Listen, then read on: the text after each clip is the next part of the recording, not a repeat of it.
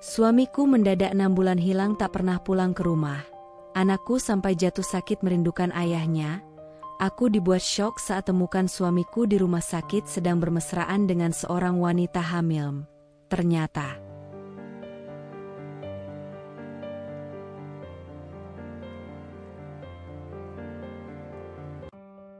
namaku Syfa. Aku seorang ibu rumah tangga biasa, tanpa gelar tinggi atau pekerjaan mentereng. Hari-hariku diisi dengan aktivitas yang mungkin terlihat monoton bagi sebagian orang. Memasak, mencuci, membersihkan rumah, menyiapkan kebutuhan suami dan anak. Tapi bagiku, semua itu justru sumber kebahagiaan. Ada rasa puas tersendiri ketika melihat wajah lelah Raka berubah lega saat pulang, atau senyum Gia yang merekah ketika aku menyajikan makanan kesukaannya. Aku menikah dengan Raka lebih dari 10 tahun lalu. Waktu itu aku masih berusia 23 tahun, dan dia 2 tahun lebih tua dariku. Raka bekerja sebagai supervisor di sebuah pabrik sepatu yang cukup besar di kota kami. Pekerjaannya memang tidak membuat kami kaya raya, tapi cukup untuk memberi kehidupan yang layak dan nyaman. Kami tinggal di sebuah rumah sederhana di perumahan pinggiran kota. Tidak besar, tapi cukup hangat untuk menampung cinta kami. Di ruang tamu kecil yang hanya berisi sofa tua dan meja kayu itu, sering terdengar tawa Gia yang kini berusia 8 tahun. Putri kecil kami adalah anugerah terindah. Aku masih ingat bagaimana Raka dulu menangis haru saat pertama kali menggendong Gia di rumah sakit. Air matanya jatuh di pipi bayi mungil itu, dan sejak saat itu aku tahu, dia akan jadi ayah yang luar biasa. "Bu, lihat ini.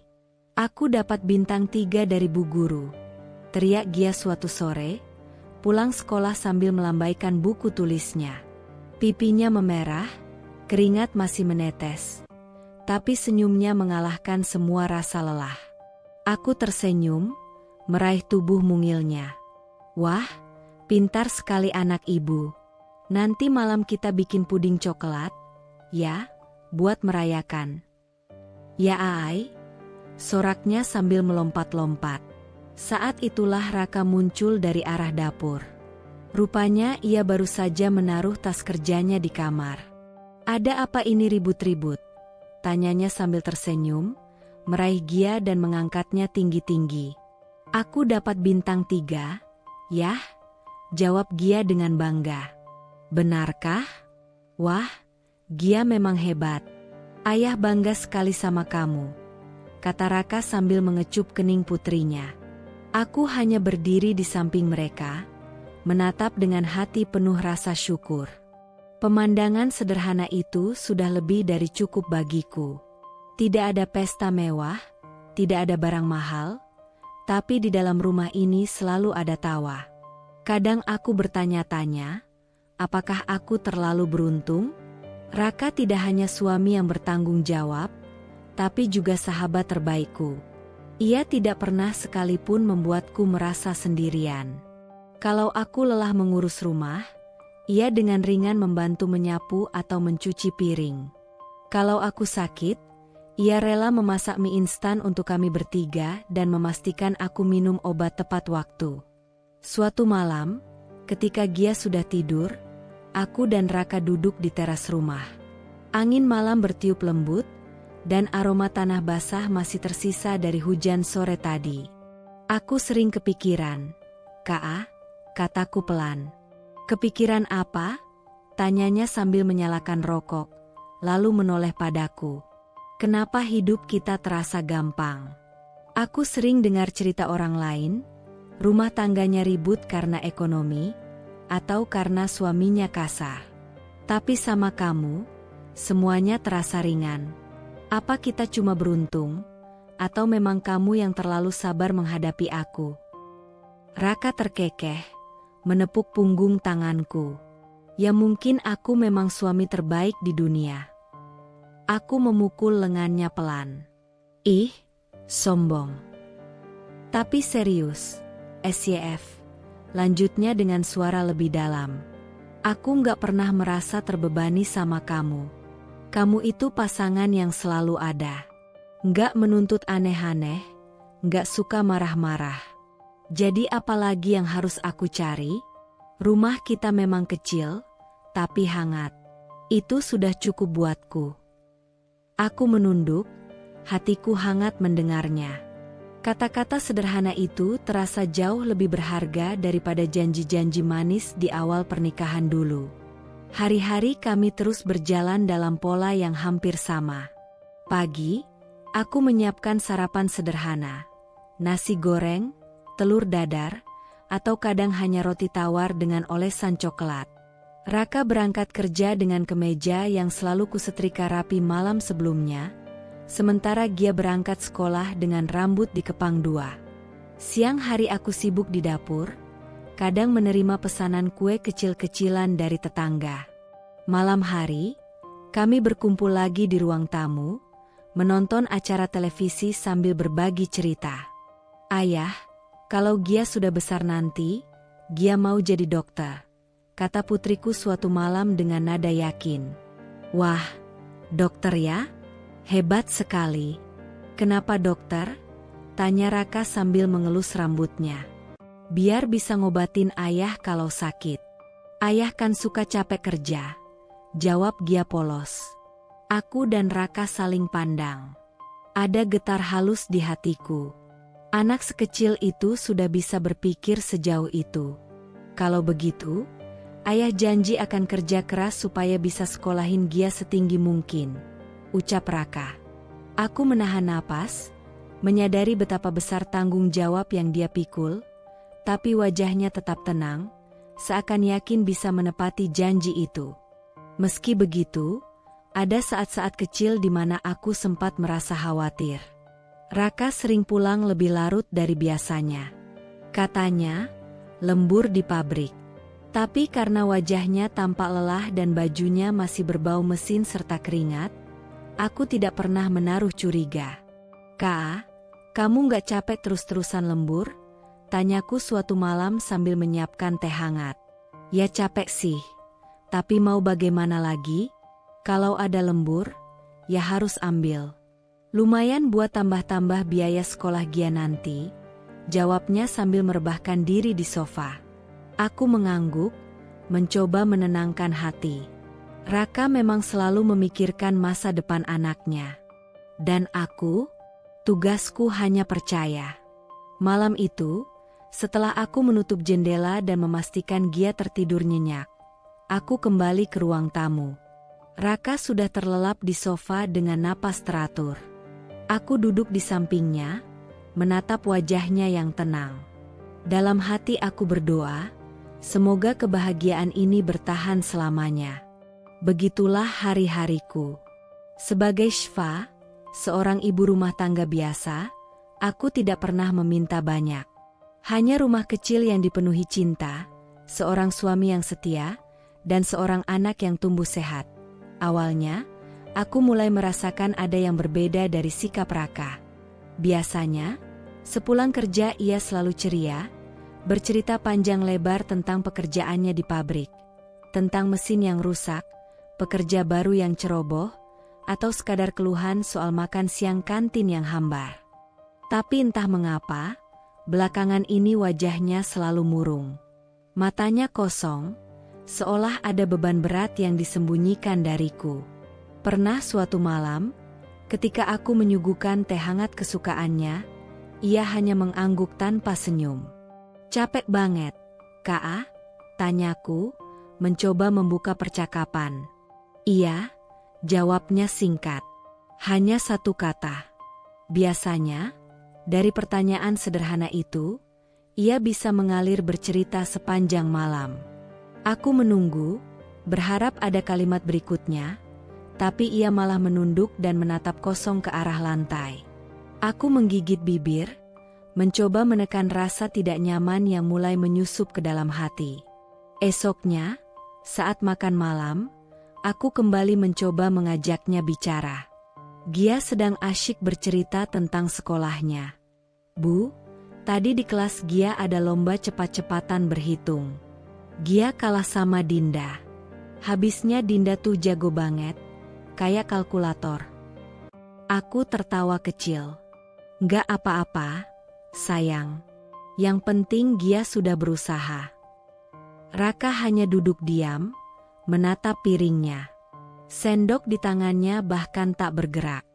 Yah, ayah nggak dengerin? Gia cerita lo, tegurku lembut. Gia ikut menoleh ke arah ayahnya. Ayah, tadi aku lomba berhitung di sekolah. Raka tersentak, seolah baru sadar. Iya, Gia hebat. Ayah bangga. Ucapannya terdengar datar, tak sehangat biasanya. Aku merasakan ada yang terlepas dari dirinya. Dulu, mendengar cerita Gia saja sudah cukup membuat matanya berbinar. Tapi kini, entah kenapa semua seperti hambar. Malam itu, setelah Gia tidur, aku memberanikan diri duduk di sampingnya di teras rumah. "Ka," ucapku pelan. Jawabnya tanpa menoleh. "Ada yang kamu pikirin? Akhir-akhir ini kamu sering diam." Aku jadi khawatir." Ia menarik napas panjang, lalu menghembuskannya keras-keras. "Nggak ada apa-apa, Syf. Aku cuma capek." "Tapi capekmu beda, Ka. Aku kenal kamu. Biasanya kalau capek, kamu tetap bisa cerita sambil bercanda. Sekarang kamu diam terus, murung. Ada masalah di pabrik?" Ia menggeleng, tetap tak menatapku. "Nggak ada." Aku terdiam. Hatiku seperti ditampar jawaban singkat itu. Raka jarang sekali menolak bercerita padaku.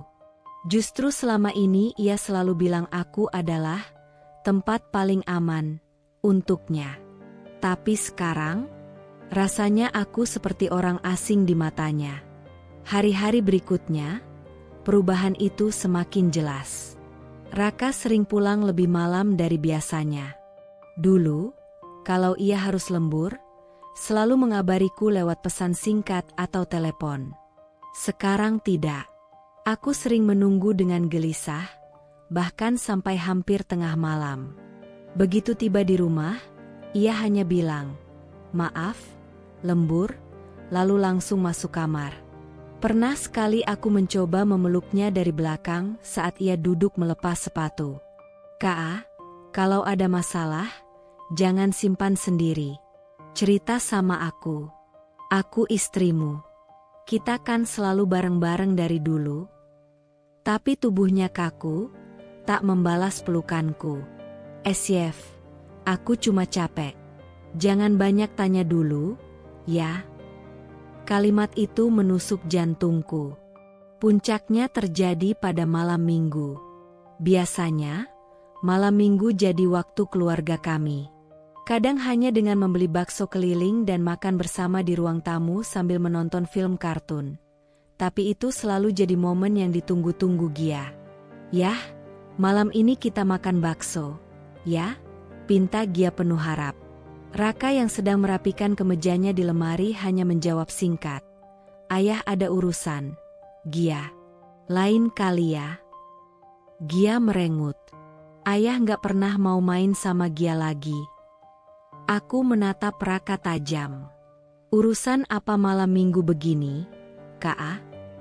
"Teman ngajak ketemu," jawabnya sambil menghindari tatapanku. "Teman?" Suaraku meninggi. "Kenapa nggak bisa ditunda? Gia sudah menunggu kamu dari tadi."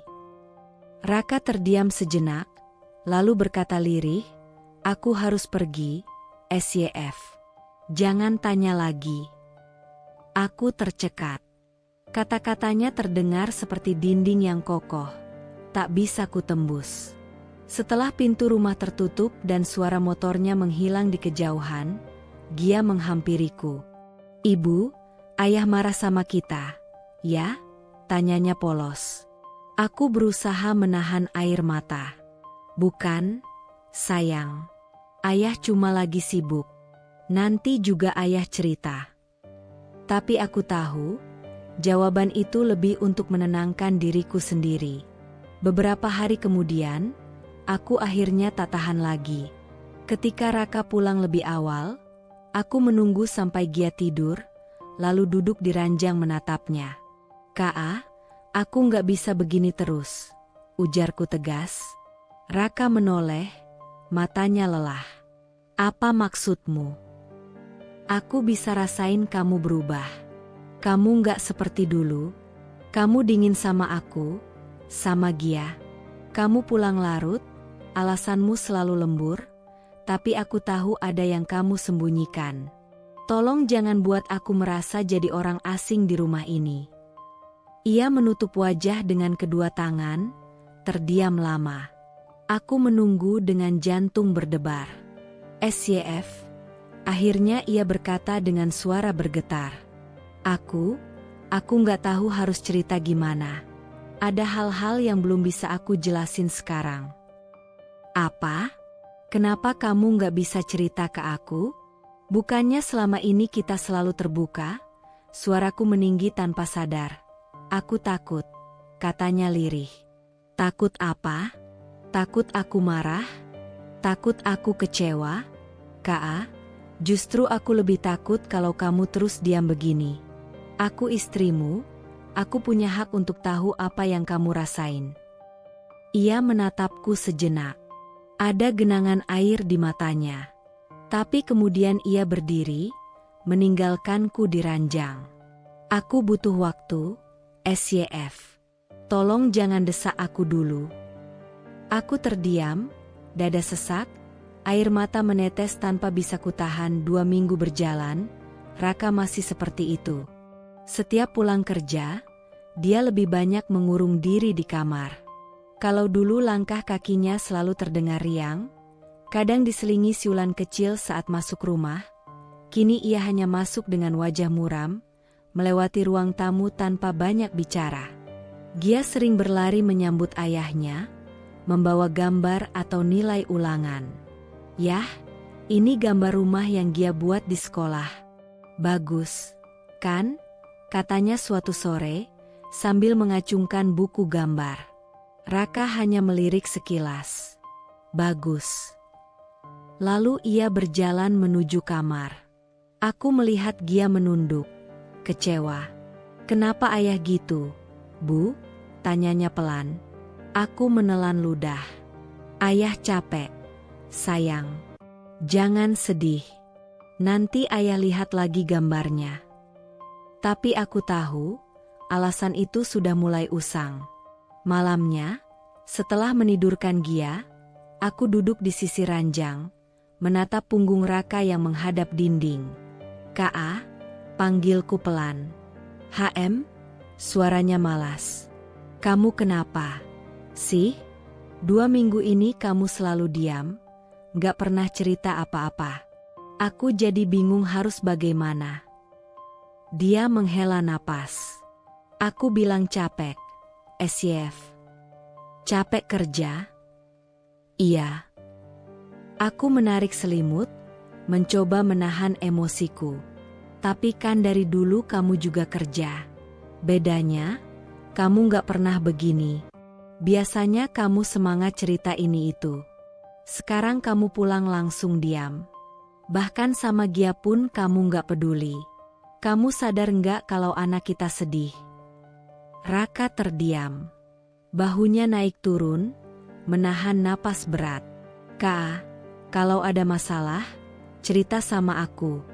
Jangan simpan sendiri. Aku istrimu. Kita udah nikah 10 tahun. Apa kamu gak percaya lagi sama aku?" Suaraku bergetar. Lama hening. Lalu perlahan ia berkata lirih, "Aku gak bisa cerita sekarang." Aku menoleh cepat. "Kenapa gak bisa?" "Karena aku takut." Aku tercekat. "Takut sama siapa? Sama aku?" "Ka, aku ini istrimu. Kenapa kamu harus takut?" Ia menutup wajah dengan kedua tangan, suaranya pecah, "Aku takut kamu kecewa." Aku meraih lengannya, memaksa menyingkirkan tangan itu. "Ka, dengar aku.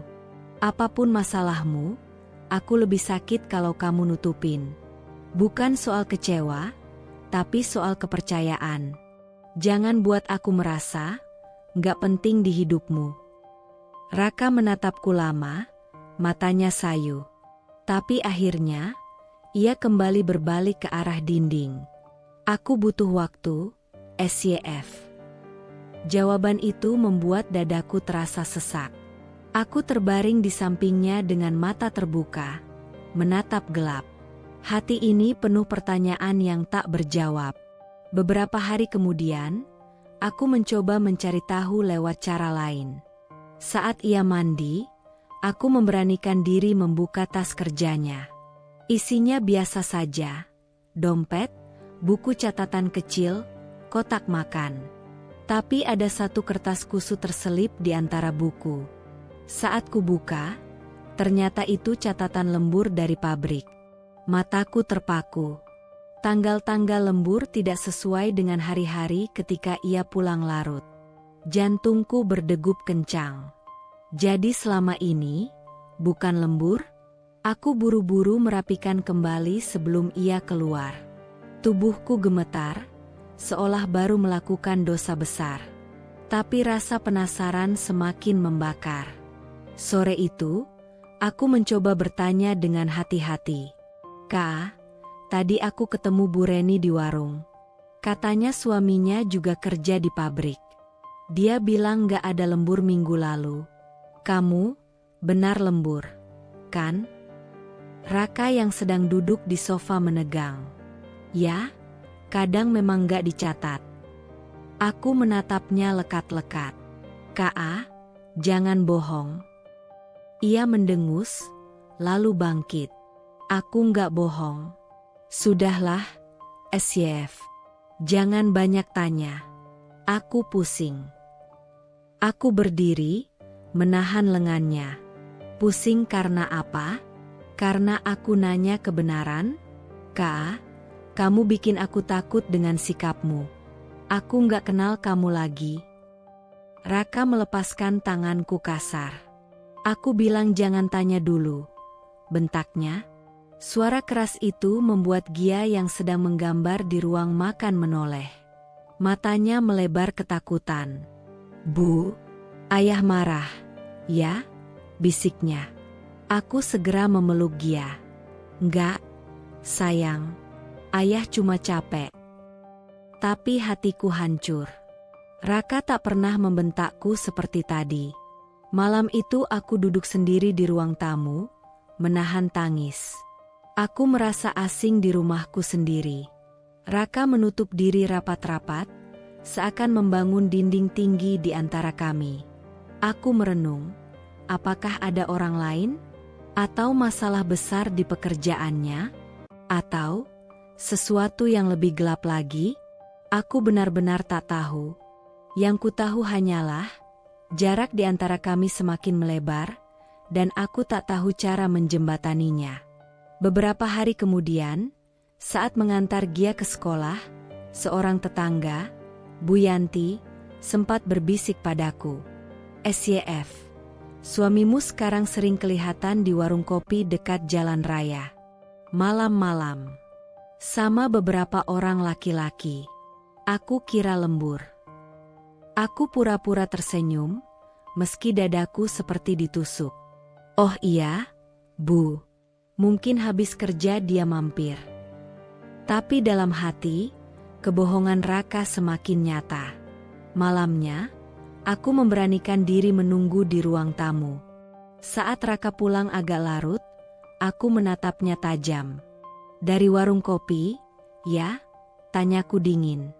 Ia terdiam. Wajahnya pucat.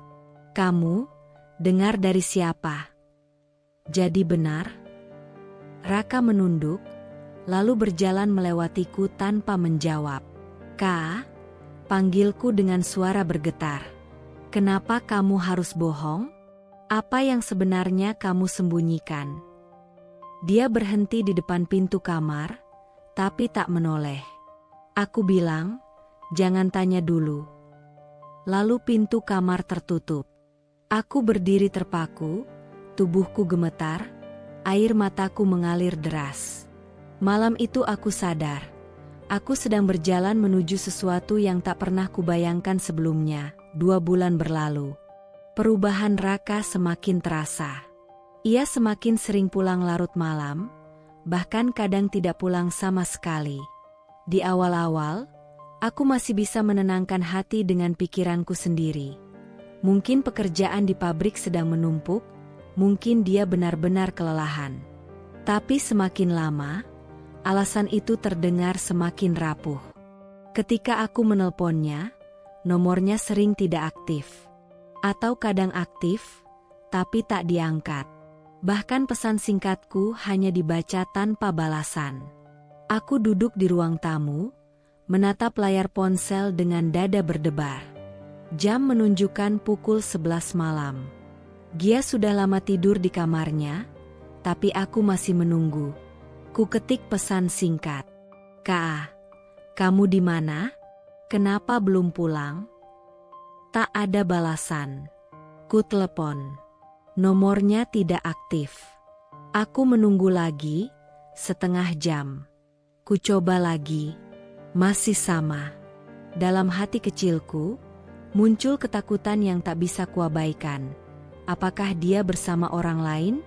Aku cepat-cepat menggeleng, mencoba menepis pikiran itu. Tidak. Itu bukan Raka yang ku kenal. Suamiku bukan tipe laki-laki seperti itu. Tapi kenyataannya, aku tak punya jawaban lain. Keesokan paginya, Raka pulang ketika matahari sudah tinggi. Aku sedang menyiapkan sarapan untuk Gia saat pintu depan terbuka. "Yah!" seru Gia riang, berlari menyambut. Tapi begitu melihat ayahnya, ia terhenti. Raka tampak berantakan. Matanya sembab, wajahnya pucat, rambutnya acak-acakan. "Kenapa ayah baru pulang?" tanya Gia polos. Raka tersenyum hambar. "Ayah ada urusan semalam. Maaf, sayang." Aku hanya menatapnya tanpa kata. Ada sejuta tanya di kepalaku, tapi lidahku keluh. "SYF, nanti kita bicara," ucapnya lirih, lalu berjalan masuk kamar. Aku menelan ludah. Kata-kata itu membuatku makin cemas. Bicara apa? Siangnya, ketika Raka tidur, aku duduk di teras rumah dengan pikiran kacau. Bu Yanti, tetangga depan rumah, menghampiri. "SYF, suamimu semalam gak pulang, ya?" tanyanya hati-hati. Aku terkejut. Kenapa Bu tanya begitu? Soalnya aku lihat Raka di warung kopi dekat terminal, sekitar jam 11 malam. Sama beberapa orang laki-laki. Mereka kelihatan serius ngobrol. Aku kira dia lembur, tapi kok malah nongkrong di situ. Aku tersenyum hambar, berusaha menutupi rasa panik. Oh, mungkin ada urusan. "SYF, kamu hati-hati ya. Aku cuma kasihan kalau kamu gak tahu apa-apa." Setelah Bu Yanti pergi, tubuhku lemas. Jadi benar, Raka bukan di pabrik. Kalau hanya sekadar nongkrong, kenapa harus berbohong? Kenapa harus pulang pagi? Malam itu, aku mencoba bicara. "Kak," ucapku ketika ia sedang duduk di sofa, menyalakan televisi. "HM, aku mau tanya jujur. Kamu semalam di mana?" Ia menoleh sebentar, lalu kembali ke televisi. Aku bilang ada urusan. "Urusan apa sampai nggak bisa pulang?" "Kak, kamu sadar nggak sudah 2 bulan ini kamu sering pulang larut? Bahkan nggak pulang?" Aku nggak bisa terus-terusan diam. Raka menghela napas panjang, lalu mematikan televisi. Ia menatapku, matanya sayu. "SYF, aku janji aku nggak macam-macam. Aku nggak selingkuh. Aku nggak main perempuan." Aku tercekat. Aku bahkan nggak nanya soal itu. "Kenapa kamu bilang begitu?" Ia terdiam. Tangannya meremas paha. "Aku cuma..." Nggak mau kamu salah paham. Kalau begitu, jelaskan. Kamu ngapain tiap malam? Jangan biarkan aku menebak-nebak. Ka, aku capek. Suaraku mulai bergetar. Raka bangkit, berjalan mondar-mandir. Aku nggak bisa cerita sekarang. Percayalah sama aku. Aku berdiri, menatapnya dengan air mata mengalir. Percaya? Ka, kamu minta aku percaya, tapi kamu sendiri nggak kasih aku kejelasan. Apa aku ini cuma istri di atas kertas? Kamu pulang seenaknya, pergi tanpa kabar, dan aku harus pura-pura tenang. Suasana tegang. Raka terdiam lama. Lalu akhirnya ia berkata pelan, "Aku, ada masalah di luar kerjaan. Aku nggak bisa ceritain sekarang, tapi ini bukan tentang perempuan. Tolong, Chef, jangan desak aku." Aku terisak. "Kak, aku cuma minta satu hal, jangan hilang dari aku. Jangan biarkan aku menunggu tanpa kepastian." Raka menunduk, wajahnya penuh beban. "Aku janji," katanya lirih. Tapi janji itu terdengar rapuh, seolah akan pecah kapan saja. Hari-hari berikutnya, kebohongan itu semakin terasa. Pernah sekali, aku melihat ponselnya bergetar di meja makan. Ada pesan masuk. "Nanti malam ketemu lagi di tempat biasa. Jangan lupa bawa." Jantungku berdegup kencang. Pesan itu tidak bernama, hanya nomor. Aku hampir membuka, tapi buru-buru menghentikan tangan. Aku takut jika ketahuan, Raka semakin marah. Saat ia kembali, aku berpura-pura sibuk di dapur. Tapi malamnya, ia benar-benar pergi lagi tanpa kabar. Aku duduk di kursi ruang tamu, menunggu dengan mata sembab. Gia yang sudah tidur lelap, tak tahu ibunya menahan hancur sendirian. Beberapa kali, aku mencoba membuntutinya. Pernah suatu malam aku nekat naik ojek, mengikuti dari jauh. Motor Raka melaju ke arah jalan raya, lalu berhenti di depan sebuah warung kopi gelap. Aku melihat ia duduk bersama beberapa pria asing. Mereka berbicara serius, wajah-wajahnya tegang. Aku gemetar, menyembunyikan diri di balik tiang listrik. Dari jauh aku melihat Raka menyerahkan sesuatu, seperti amplop coklat. "Ya Tuhan," bisikku. Aku tak berani mendekat. Air mataku menetes deras.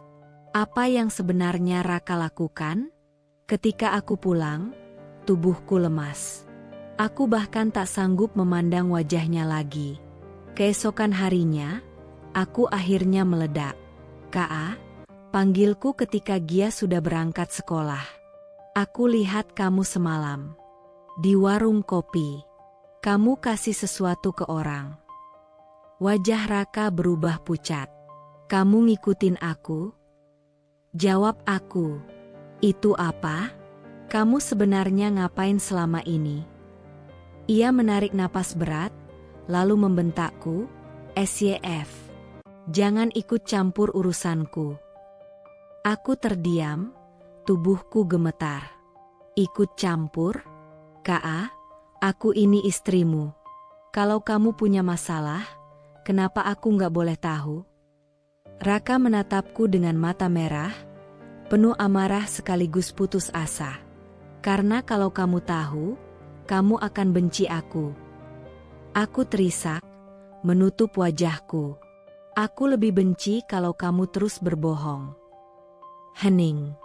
Raka duduk, memegang kepalanya. Suaranya pecah, aku nggak tahu harus gimana. "SYF, aku terjebak." Aku menatapnya bingung. Terjebak apa? Tapi ia tak menjawab. Hanya diam, membiarkan aku larut dalam kebingungan yang semakin mencekik.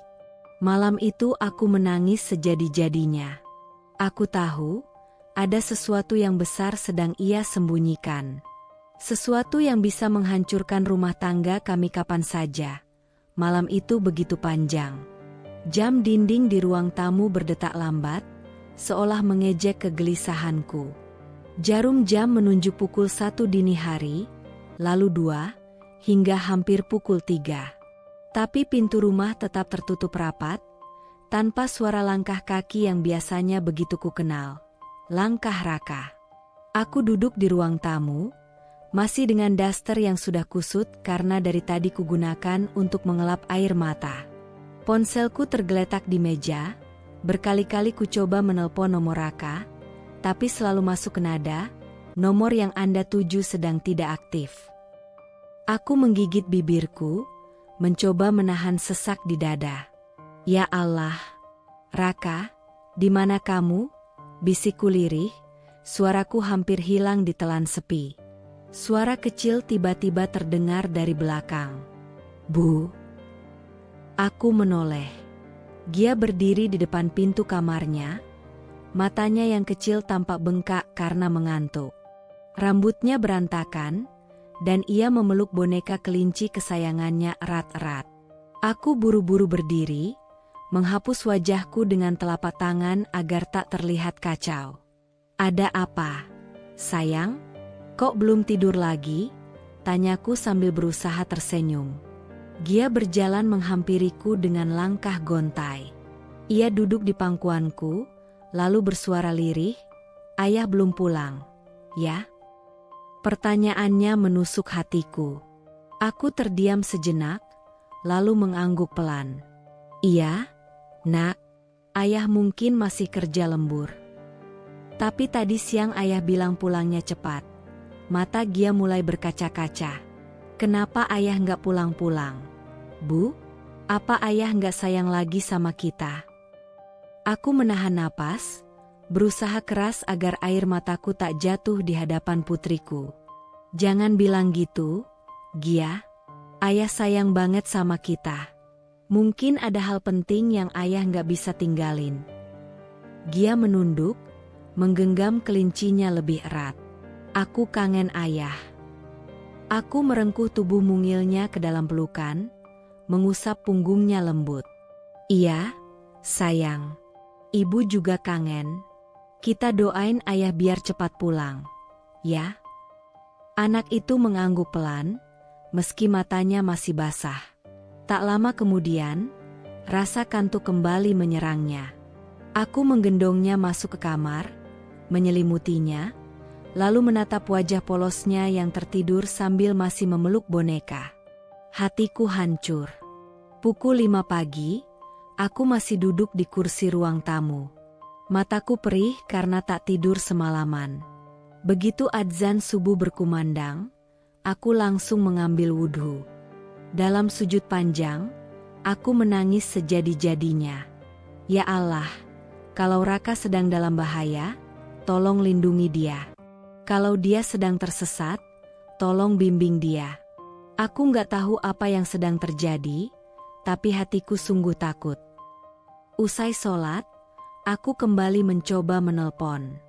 Masih sama, nomornya tidak aktif. Pagi itu, aku menyiapkan sarapan seadanya. Nasi goreng sederhana untuk Gia, segelas susu hangat. Tapi anak itu hanya mengaduk-aduk makanannya. "Gia, kok nggak dimakan?" tanyaku lembut. "Aku nggak lapar, Bu." Suaranya murung. Aku cuma kepikiran ayah. Aku tersenyum kecut, lalu duduk di sampingnya. "Gia harus makan, biar kuat. Ayah pasti seneng kalau lihat Gia sehat." Anakku mendongak, menatapku dengan mata bening yang penuh pertanyaan. "Bu, kenapa ayah berubah? Dulu ayah selalu cerita sama aku, suka ngajak main, suka bercanda sama ibu. Sekarang, ayah sering gak ada. Aku takut, Bu." Aku terdiam. Kata-kata Gia terasa seperti tamparan. Anak sekecil itu saja bisa merasakan perubahan yang kucoba untuk abaikan. "Gia sayang, kadang orang dewasa punya masalah yang kita nggak ngerti. Tapi itu bukan berarti ayah nggak sayang sama kita," jawabku dengan suara bergetar. Hari berganti. Malam berikutnya, Raka baru muncul di rumah sekitar pukul 4 pagi. Aku yang setengah terlelap di kursi ruang tamu, langsung tersentak mendengar suara kunci pintu. Dia masuk pelan-pelan, mungkin berharap aku tidak menyadarinya. Tapi begitu dia melihatku duduk dengan mata bengkak, ia terdiam. "Raka," suaraku parau. Dia mematung sejenak, lalu mencoba tersenyum kecil. "Kamu belum tidur?" Aku bangkit berdiri. "Belum, aku nunggu kamu. Semalaman." Raka menunduk, menaruh tas kerjanya di meja. "Maaf, aku pulang larut." "Larut?" Aku menahan emosi yang sudah menggelegak. "Ini bukan larut, Ra. Ini pagi. Kamu tahu semalam Gia nangis cari kamu? Dia nanya berkali-kali, 'Ayah kemana?' Aku harus jawab apa?" Raka menghela napas panjang. "Aku capek, Esyef. Tolong jangan tanya-tanya dulu." Aku mendekat, menatap matanya yang terlihat letih, tapi juga seperti menyimpan sesuatu. "Capek? Aku ngerti kamu capek kerja. Tapi apa kerjaan bisa bikin kamu nggak pulang semalaman? Nggak bisa kabarin aku sama sekali?" Dia terdiam. "Nomor kamu mati terus. Aku takut terjadi apa-apa. Tapi kamu pulang tanpa rasa bersalah, tanpa penjelasan." Suaraku mulai meninggi, air mata kembali jatuh. Raka menutup wajah dengan kedua tangan. "Aku nggak bisa jelasin sekarang, Syf. Tolong percaya sama aku." Aku terdiam, hatiku bergetar mendengar kalimat itu. "Percaya? Aku selalu percaya sama kamu, Rak. Tapi sikap kamu sekarang, kamu sadar nggak? Kamu sendiri yang bikin kepercayaan itu runtuh." Raka tak menjawab. Dia hanya melepas kemejanya, lalu bergegas masuk kamar tanpa menoleh lagi. Aku berdiri kaku di ruang tamu, tubuhku bergetar karena campuran marah, kecewa, dan takut. Di dalam kamar, kudengar suara Gia yang terbangun. "Ayah?" Suaranya riang, meski masih serak karena baru bangun tidur. Raka menjawab singkat, "Iya, sayang, ayah pulang." Aku menutup mulutku, menahan tangis agar tidak terdengar. Dalam hati, aku tahu, ada sesuatu yang besar sedang disembunyikan Raka. Dan itu hanya soal waktu sampai semuanya terbongkar. Pagi itu, setelah menyiapkan sarapan sederhana untuk Gia dan menitipkannya ke tetangga sebelah, aku memberanikan diri mengambil langkah yang sudah lama kutahan. Aku harus mencari jawaban. Semenjak semalam Raka pulang dengan wajah penuh misteri, lalu menghindar dari semua pertanyaanku, hatiku semakin gelisah. Terlebih saat kutatap matanya, ada sesuatu yang ia sembunyikan. Sesuatu yang berat. "Aku nggak bisa terus-terusan begini," gumamku lirih sambil mengikat jilbab. Langkahku terasa berat saat mendekati gerbang pabrik tempat Raka bekerja. Pabrik sepatu itu sudah kukenal sejak lama. Bahkan beberapa kali aku ikut arisan bersama istri karyawan lain di kantin kecil dekat gerbang. Satpam di pintu masuk menatapku dengan ramah. "Bushfa, lama nggak kelihatan. Mau ketemu Pak Raka, ya?" tanyanya. Aku mengangguk. "Iya, Pak. Raka ada di dalam." Satpam itu mendadak ragu, senyumnya memudar. Coba ibu langsung tanya ke HRD saja." Soalnya, ia menahan kalimatnya, membuat jantungku berdegup lebih cepat. Aku mengucapkan terima kasih singkat lalu berjalan masuk. Deru mesin jahit dan suara pekerja bergema di dalam gedung besar itu. Aku menyusuri lorong panjang, menuju ruangan administrasi. Seorang wanita parubaya dengan kacamata tebal menyambutku. "Selamat pagi, Ibu. Ada yang bisa dibantu?" "Saya istrinya Raka, supervisor di bagian produksi." Saya ingin ketemu dia, jawabku, berusaha terdengar tenang. Wanita itu membuka berkas di mejanya, lalu menatapku dengan ekspresi bingung. Raka? Maaf, Bu, tapi Raka sudah beberapa hari tidak masuk kerja. Aku terperangah. Tidak masuk kerja? Suaraku meninggi tanpa sadar. Maksud ibu apa? Bukankah dia setiap hari lembur di sini? Dia selalu bilang begitu pada saya. Wanita itu menggeleng pelan. Sejak seminggu lalu dia tidak absen. Kami sudah coba hubungi, tapi nomornya tidak aktif. Kami bahkan mengirim orang ke rumah, tapi katanya beliau sedang sakit. Aku tertegun. Sakit? Bibirku bergetar. Tidak ada yang sakit di rumah. Dia sehat-sehat saja. Ruangan itu terasa berputar. Telingaku berdengung, mataku panas. Rasanya seperti ditampar kenyataan yang tidak pernah kubayangkan. Aku berjalan keluar kantor dengan langkah gontai. Udara panas menusuk kulit, tapi tubuhku terasa dingin. Bushfa, panggil seorang suara. Aku menoleh. Ternyata Bu Rini, istri dari salah satu mandor di pabrik, menghampiriku dengan wajah penuh ragu. Ya Allah, saya hampir gak berani ngomong, katanya lirih. Aku menatapnya penuh tanda tanya.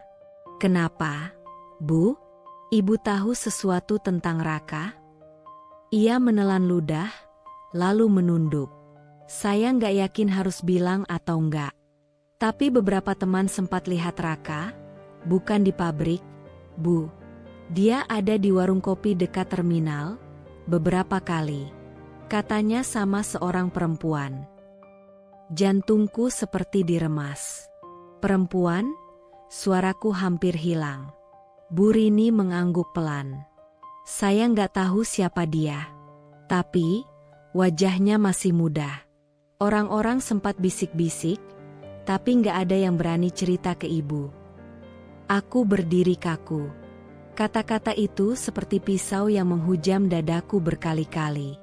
Antara ingin percaya, tapi juga takut bahwa semua benar adanya. Maafkan saya kalau menambah beban ibu. Bu Rini mencoba menyentuh lenganku. Aku menggeleng, menahan tangis. Tidak, Bu, justru saya berterima kasih. Lebih baik saya tahu daripada terus dibohongi. Sepulang dari pabrik, aku berjalan tanpa arah. Rasanya kakiku berat melangkah, tapi hatiku lebih berat lagi. Jalanan ramai, motor dan mobil lalu lalang, tapi di kepalaku hanya ada satu nama, Raka. Kenapa, Rak?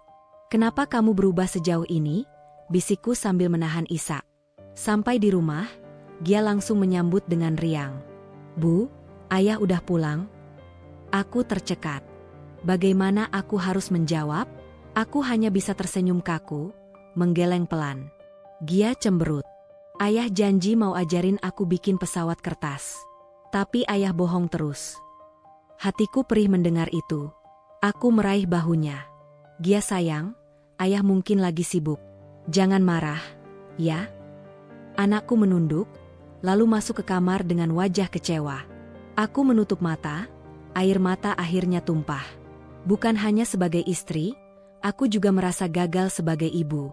Bagaimana bisa aku menjaga senyum anakku, kalau rumah ini dipenuhi ketidakpastian? Malam itu, aku menunggu Raka pulang lagi. Pukul 10, belum ada kabar. Pukul 11, masih sepi. Aku menyalakan ponsel, mencoba menelpon sekali lagi. Masih tidak aktif. Hatiku berdebar. Bayangan Bu Rini muncul di kepalaku, warung kopi, terminal, seorang perempuan muda. Aku menggenggam ponsel erat-erat. Kalau benar kamu bersama perempuan lain, Raka, bagaimana aku harus jelaskan ini ke Gia? Bagaimana aku harus jelaskan ini ke diriku sendiri? Tangisku pecah malam itu, lebih keras dari malam-malam sebelumnya. Aku tidak lagi hanya menunggu suami yang pulang terlambat. Aku sedang menunggu kebenaran, meski aku tahu kebenaran itu mungkin akan menghancurkan hidupku. Hari-hari berikutnya terasa seperti berjalan di atas bara. Setiap detik yang lewat adalah siksaan. Aku mencoba bertahan, mencoba tetap tegar di depan Gia, tapi di dalam hatiku sudah seperti reruntuhan. Setiap pagi aku berkeliling, mencoba mencari keberadaan Raka. Aku mendatangi rumah teman-teman dekatnya, orang-orang yang dulu sering ia sebut dalam ceritanya. "Pak Budi, apa Raka pernah mampir ke sini?" Tanyaku suatu pagi ketika berdiri di teras rumah sahabat lamanya. Pak Budi menggeleng cepat. "Nggak pernah, Bu. Saya juga kaget dengar dia nggak masuk kerja. Biasanya Raka itu rajin, orangnya terbuka. Ada apa sebenarnya?" Aku hanya bisa menunduk. "Saya juga nggak tahu, Pak. Justru itu saya cari. Kalau nanti Bapak dengar kabar, tolong kasih tahu saya, ya." Setiap rumah yang kudatangi memberikan jawaban yang sama. Tidak tahu, tidak pernah lihat, tidak dengar kabar. Seolah-olah Raka benar-benar menghilang di telan bumi. Di rumah, keadaan lebih menyiksa. Gia semakin murung. Anak sekecil itu sudah bisa merasakan kehilangan yang begitu besar. "Bu," suaranya lirih suatu malam ketika aku tengah menemaninya tidur. Aku menoleh. "Iya, sayang." Gia menggenggam tanganku erat. "Kenapa ayah nggak pulang-pulang? Apa ayah marah sama aku?" Pertanyaan itu menyesakkan. Aku buru-buru menggeleng, meski air mata sudah membasahi pipi. "Tidak, sayang. Ayah nggak marah sama kamu. Ayah sayang banget sama kamu. Mungkin ayah lagi ada urusan penting. Tapi kenapa ayah nggak bilang?" Gia mulai terisak. "Aku tiap malam mimpi ayah pergi, terus nggak balik lagi. Aku takut, Bu." Aku langsung memeluk tubuh mungilnya, menepuk-nepuk punggungnya pelan. "Jangan takut, Nak. Ada ibu di sini. Ibu janji, apapun yang terjadi, ibu nggak akan ninggalin kamu." Tangisan Gia semakin kencang, membuat dadaku semakin sesak. Malam itu aku menangis bersama anakku, dua hati yang sama-sama kehilangan sandaran. Hari ke-13 tanpa kabar, aku sudah tidak bisa hanya menunggu. Malam itu, setelah Gia tertidur, aku duduk di ruang tamu dengan secangkir teh dingin yang tak tersentuh. "Kalau terus diam, aku bisa gila," gumamku lirih. Aku teringat pada cerita Bu Rini tentang warung kopi di dekat terminal. Kata-katanya terus menghantuiku. Mungkin di sanalah aku bisa menemukan jawaban, atau setidaknya petunjuk kecil. Keesokan harinya, aku meninggalkan Gia pada tetangga, berpura-pura ada urusan belanja. Padahal aku melangkahkan kaki ke terminal. Udara panas menusuk kulit, suara bising kendaraan membuat kepalaku pening. Aku berjalan menyusuri deretan warung kopi di pinggir jalan. Mataku meneliti setiap wajah pengunjung. Di sebuah warung kecil dengan lampu redup, aku memberanikan diri masuk. Aroma kopi hitam dan rokok menyeruak. "Permisi, Bu." Aku menyapa pemilik warung, seorang perempuan tua berambut putih yang tengah mengelap gelas. Perempuan itu menoleh. "Iya, Mbak, mau pesan?" Aku menggeleng. "Saya mau tanya, apa Ibu sering lihat seorang pria datang ke sini? Namanya Raka.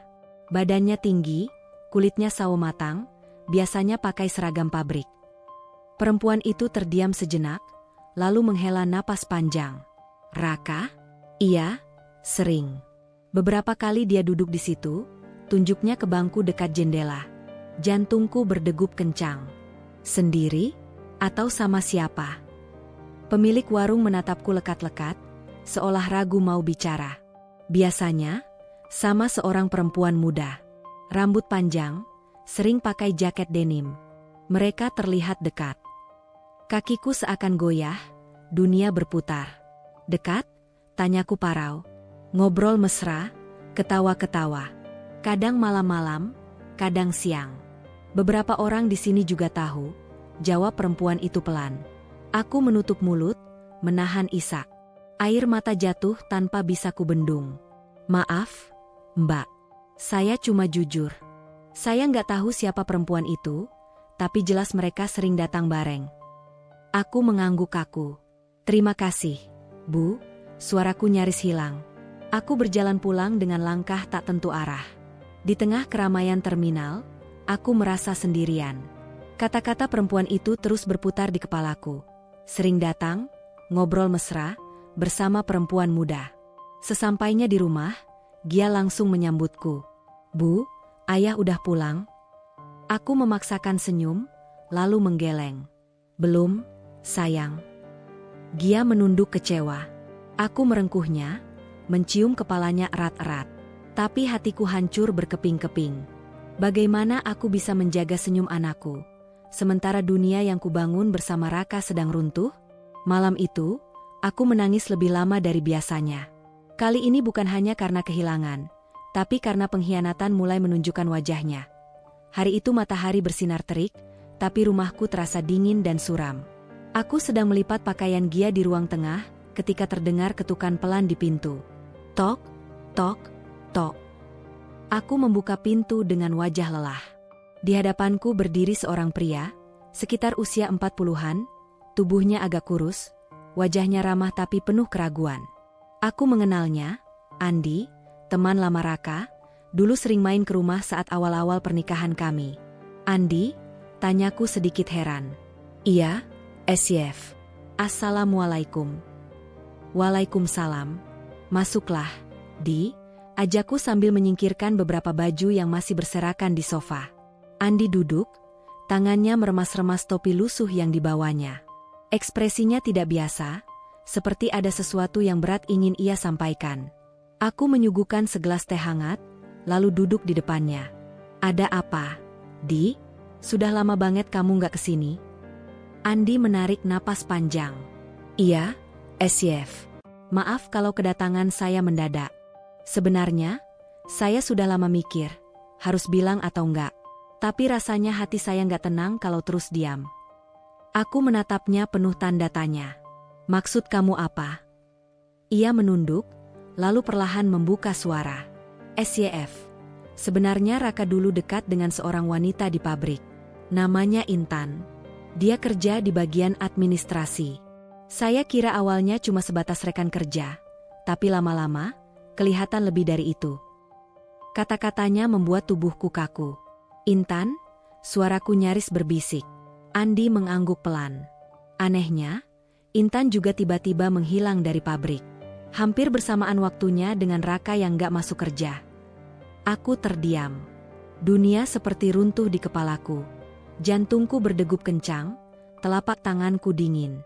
"Jadi, maksudmu, Raka pergi sama perempuan itu?" tanyaku parau, air mata sudah menggenang di pelupuk. Andi menatapku dengan iba.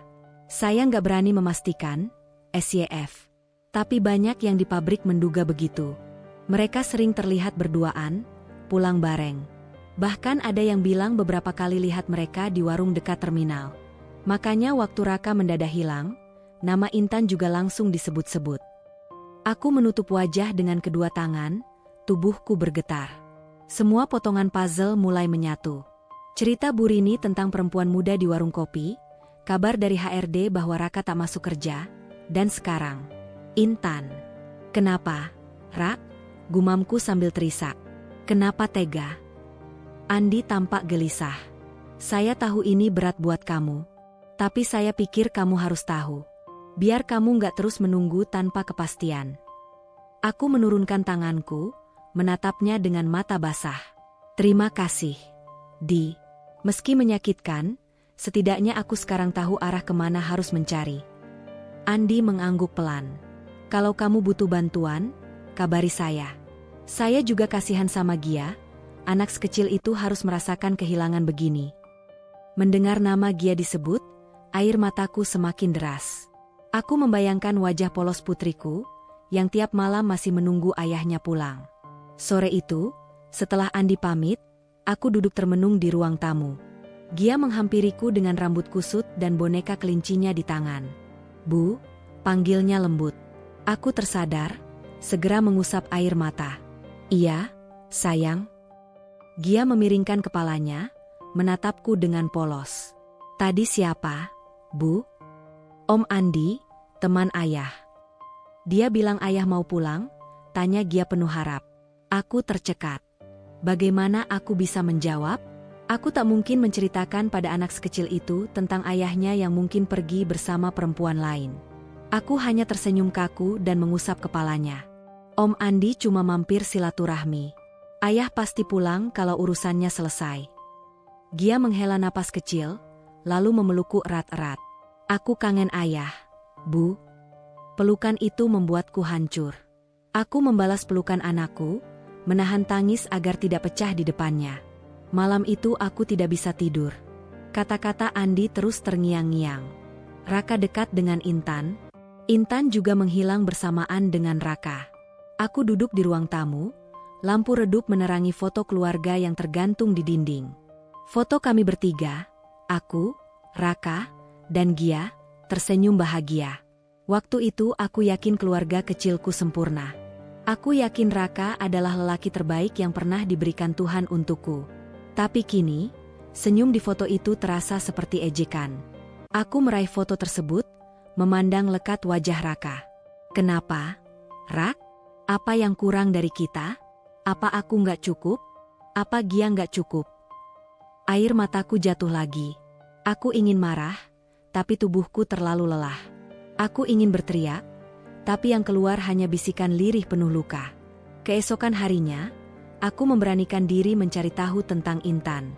Aku bertanya ke beberapa tetangga yang bekerja di pabrik. Intan? Oh, iya, dia anaknya manis, ramah. Tapi tiba-tiba nggak pernah kelihatan lagi, kata salah satu tetangga, Bu Yanti. Katanya dia resign mendadak, nggak ada pamit-pamit. Semua heran, tambahnya, aku menelan ludah. Semakin jelas. Semua mengarah ke satu kemungkinan, Raka dan Intan pergi bersama. Saat pulang, aku melihat Gia sedang bermain sendirian di ruang tamu, menggambar dengan pensil warna. Aku menghampirinya. Apa yang kamu gambar, sayang? Tanyaku sambil duduk di sampingnya. Gia menunjukkan kertasnya. Sebuah gambar sederhana.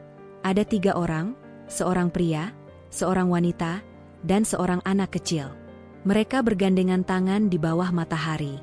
Ini ayah, ibu, sama aku, katanya polos. Aku gambar biar kita bisa bareng-bareng lagi. Aku tidak kuat. Air mataku jatuh begitu saja.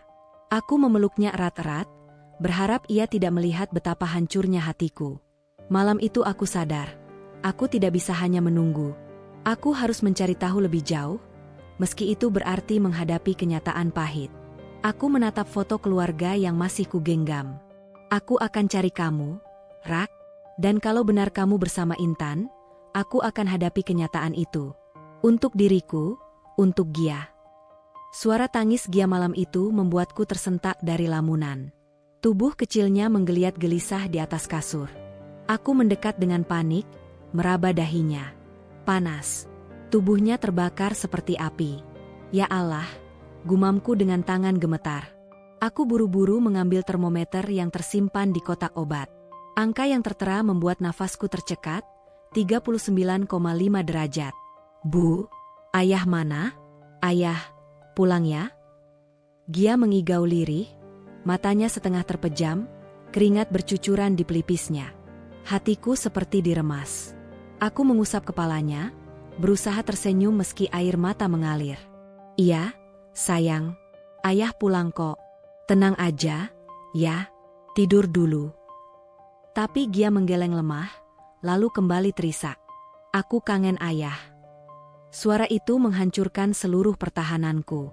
Aku tak lagi kuat menahannya. Air mataku jatuh deras, membasahi selimut. Aku memeluk tubuh mungilnya erat, berulang kali berbisik doa. Aku tahu, aku tidak bisa hanya duduk menunggu. Dengan tergesa, aku membungkus tubuh Gia dengan selimut, lalu menggendongnya keluar rumah. Malam itu jalanan sepi, hanya suara serangga dan lampu jalan yang temaram. Aku memanggil ojek online dengan tangan gemetar. Cepat, Pak, ke rumah sakit. Pintaku begitu masuk ke motor dengan Gia yang lemah di pelukanku. Di rumah sakit, aku berlari ke bagian IGD. Dok, tolong anak saya, panas tinggi dari tadi malam, ucapku terbata-bata. Perawat segera mengambil alih Gia dari pelukanku, membaringkannya di ranjang kecil, lalu memasang infus. Aku berdiri terpaku, tubuhku ikut lemas melihat jarum menembus kulit halus putriku. Gia meringis kecil, lalu kembali terpejam. Anaknya sudah berapa lama panas? Bu, tanya dokter dengan nada tegas. Sejak sore, Dok. Tapi tadi malam makin tinggi. Dia juga mengigau terus, panggil-panggil ayahnya. Dokter menatapku sejenak, lalu menulis di catatan medis. Kami curiga ini demam berdarah atau tifus. Bu, harus segera kami lakukan pemeriksaan darah. Sementara, tetap tenang ya, jangan sampai anak merasa ditinggalkan. Aku mengangguk pelan, meski rasanya kakiku hampir goyah. Beberapa jam kemudian, aku duduk di kursi tunggu koridor rumah sakit. Tubuhku terasa kosong. Suara langkah kaki perawat, suara mesin monitor, semua terdengar sayup. Di kepalaku hanya ada satu hal, aku sendirian. Biasanya, jika ada musibah seperti ini, Raka pasti ada di sisiku. Ia yang akan mengurus administrasi, menenangkan aku, menggenggam tanganku dan berkata semuanya akan baik-baik saja. Tapi sekarang, aku hanya ditemani dinginnya dinding rumah sakit dan tangis dalam hati. Aku memejamkan mata, air mataku menetes. Ya Allah, kuatkan aku. Aku harus tegar demi Gia. Meski aku sendirian. Beberapa saat kemudian, suara kecil membuyarkan lamunanku. Bu. Aku segera masuk ke ruang rawat. Gia membuka matanya yang sembab, menatapku dengan lemah. Aku sakit ya, Bu? Tanyanya pelan. Aku tersenyum getir, duduk di sampingnya dan mengusap rambutnya. Iya, sayang. Tapi nggak apa-apa, bentar lagi sembuh kok. Dokter baik, ya? Mereka bantuin kamu biar sehat lagi. Gia mengangguk kecil, lalu menggenggam tanganku erat. Bu, ayah tahu nggak aku sakit? Pertanyaan itu menusuk jantungku. Aku menunduk, tak sanggup menjawab. Pasti ayah datang, kan? Aku mau ayah di sini, lanjutnya dengan mata berkaca-kaca. Aku tersenyum paksa, menahan tangis. Iya, Nak. Ayah pasti tahu. Kamu jangan khawatir. Yang penting kamu sembuh dulu, ya. Gia menutup mata kembali, tapi air matanya mengalir. Aku hanya bisa membelai rambutnya sambil berdoa dalam hati, semoga Tuhan memberi kekuatan pada anak sekecil itu. Di luar ruangan, aku kembali duduk sambil menatap ponselku. Nomor Raka ku telpon berkali-kali. Masih sama, tidak aktif. Pesan-pesan yang kukirim tidak pernah terbaca. Raka, bisikku lirih, penuh kemarahan bercampur putus asa. Kalau kamu dengar ini, anakmu sakit. Anakmu butuh kamu. Tapi di mana kamu sekarang? Sama siapa kamu? Aku menggertakkan gigi, menahan emosi yang bercampur dengan keputusasaan. Aku benar-benar ingin marah, berteriak, menghujat. Tapi aku hanya bisa duduk di kursi tunggu rumah sakit itu, dengan hati yang remuk. Malam semakin larut. Aku masih di rumah sakit, bersandar di kursi dengan kepala terkulai. Rasa kantuk bercampur lelah membuat tubuhku nyaris roboh. Tapi setiap kali Gia bergerak atau memanggilku pelan, aku segera terbangun. Aku di sini, Nak, ucapku setiap kali tangannya meraba-raba udara, mencari genggamanku. Aku menatap wajahnya yang pucat, tubuhnya yang ringkih dengan selang infus. Lalu pikiranku kembali pada Raka. Lelaki yang dulu kujadikan sandaran hidup, kini justru membuatku menanggung semua sendirian.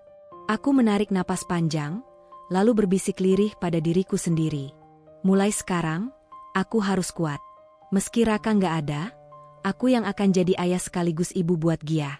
Aku yang akan jaga dia, apapun yang terjadi. Air mataku jatuh lagi. Tapi kali ini, di balik tangis itu, ada sebuah tekad yang mulai tumbuh. Waktu berjalan seperti lukisan yang warnanya memudar sedikit demi sedikit. 6 bulan. 6 bulan Raka tak memberi kabar. 6 bulan aku menunggu jawaban yang tak kunjung datang. 6 bulan pula aku belajar menata nafas tiap pagi sambil menengadahkan harap yang semakin tipis. Awalnya aku pikir ini hanya masa sulit yang akan berlalu. Mungkin Raka hanya sedang hilang untuk sementara, lalu akan kembali membawa alasan dan pelukan yang menenangkan. Tapi hari demi hari, minggu demi minggu, harap itu semakin pudar. Yang tersisa bukan hanya kesedihan, itu sudah pasti, melainkan juga kebutuhan. Makanan, uang sekolah Gia, biaya rumah sakit yang masih tersisa tagihannya, dan utang kecil-kecilan yang kerap menggerayangi pikiran. Aku tidak punya pilihan selain bangkit. Menunggu tidak lagi cukup. Pagi itu aku membuka lemari kecil tempat menyimpan beberapa kain perca warisan ibu. Jarum dan benang, mesin jahit tua milik mertua yang dulu hanya dipakai sesekali, kini kukeluarkan dan kubersihkan sampai kinclong. Tangan yang dulu lebih sering mengaduk sayur kini mesti belajar menyusun pola, merapikan jahitan, memperbaiki lipatan yang salah. Kalau hasilnya rapi, ibu biasanya bisa jual 5 potong per minggu, kata Bu Yanti ketika kuberitahu niatku. Ia memberi aku beberapa pesanan kecil untuk dimulai. Lap meja, sarung bantal, dan taplak sederhana. Uang 50.000 terasa seperti emas di hari itu. Belajar jahit malam-malam sambil membelah rintik hujan di atap rumah, aku merasa seolah memintal kembali hidup yang nyaris sobek. Jari-jariku lecet berkali-kali, benang kusut, pola yang salah, semua itu bagian dari proses. Setiap satu jahitan rapi adalah kemenangan kecil. Setiap baju yang laku adalah napas lega. Bukan cuma menjahit. Aku mencoba semuanya. Pagi hari selepas mengantar Gia ke sekolah, aku menerima pesanan menggoreng kue, bikin jajanan pasar, mengantarkan ke warung-warung sekitar. Siang hari aku menyetrika pakaian tetangga. Sore hari, kalau ada waktu, aku membuka meja kecil di depan rumah, menjual minuman hangat dan gorengan. Awalnya, tetangga berpandang aneh. Ibu rumah tangga kok jualan begini? SYF? Tanya salah seorang ibu arisan dengan nada setengah gugup, setengah menyelidik. Aku hanya tersenyum, menyodorkan seikat kentang goreng hangat. Semua demi Gia, jawabku singkat. Perlahan, orang-orang mulai terbiasa. Mereka melihat kerja kerasku, mereka tahu aku bukan tipe yang mendramatisir keadaan. Mereka memberi pesanan kecil demi kecil, meminjamkan sedikit modal ketika musim susah, menawarkan pekerjaan sambilan di acara sunatan atau arisan. Andi, teman lama Raka, sesekali datang membawa pesanan kue untuk acara kecil di pabrik. Ia tidak banyak bicara soal Raka, yang membuatnya terasa berat. Tapi ia membantuku dengan cara yang bisa ia lakukan. Memberi pekerjaan, menyambung koneksi, dan kadang memberi kabar sekilas tentang siapa yang bertanya tentang kami di pabrik. Gia, di sisi lain, berubah. Dia tidak lagi ceria seperti dulu. Pada awalnya aku pikir anak seusianya akan cepat pulih. Tapi kehilangan sosok ayah meninggalkan bekas yang dalam. Di sekolah, gurunya memberitahu kalau Gia semakin pendiam, sering menatap kosong, kadang menolak ikut bermain. Suatu sore ia pulang membawa nilai matematika yang turun. Bu, aku nggak fokus di kelas, katanya polos sambil menaruh kepalanya di pangkuanku. Aku menahan napas. Ibu tahu, sayang.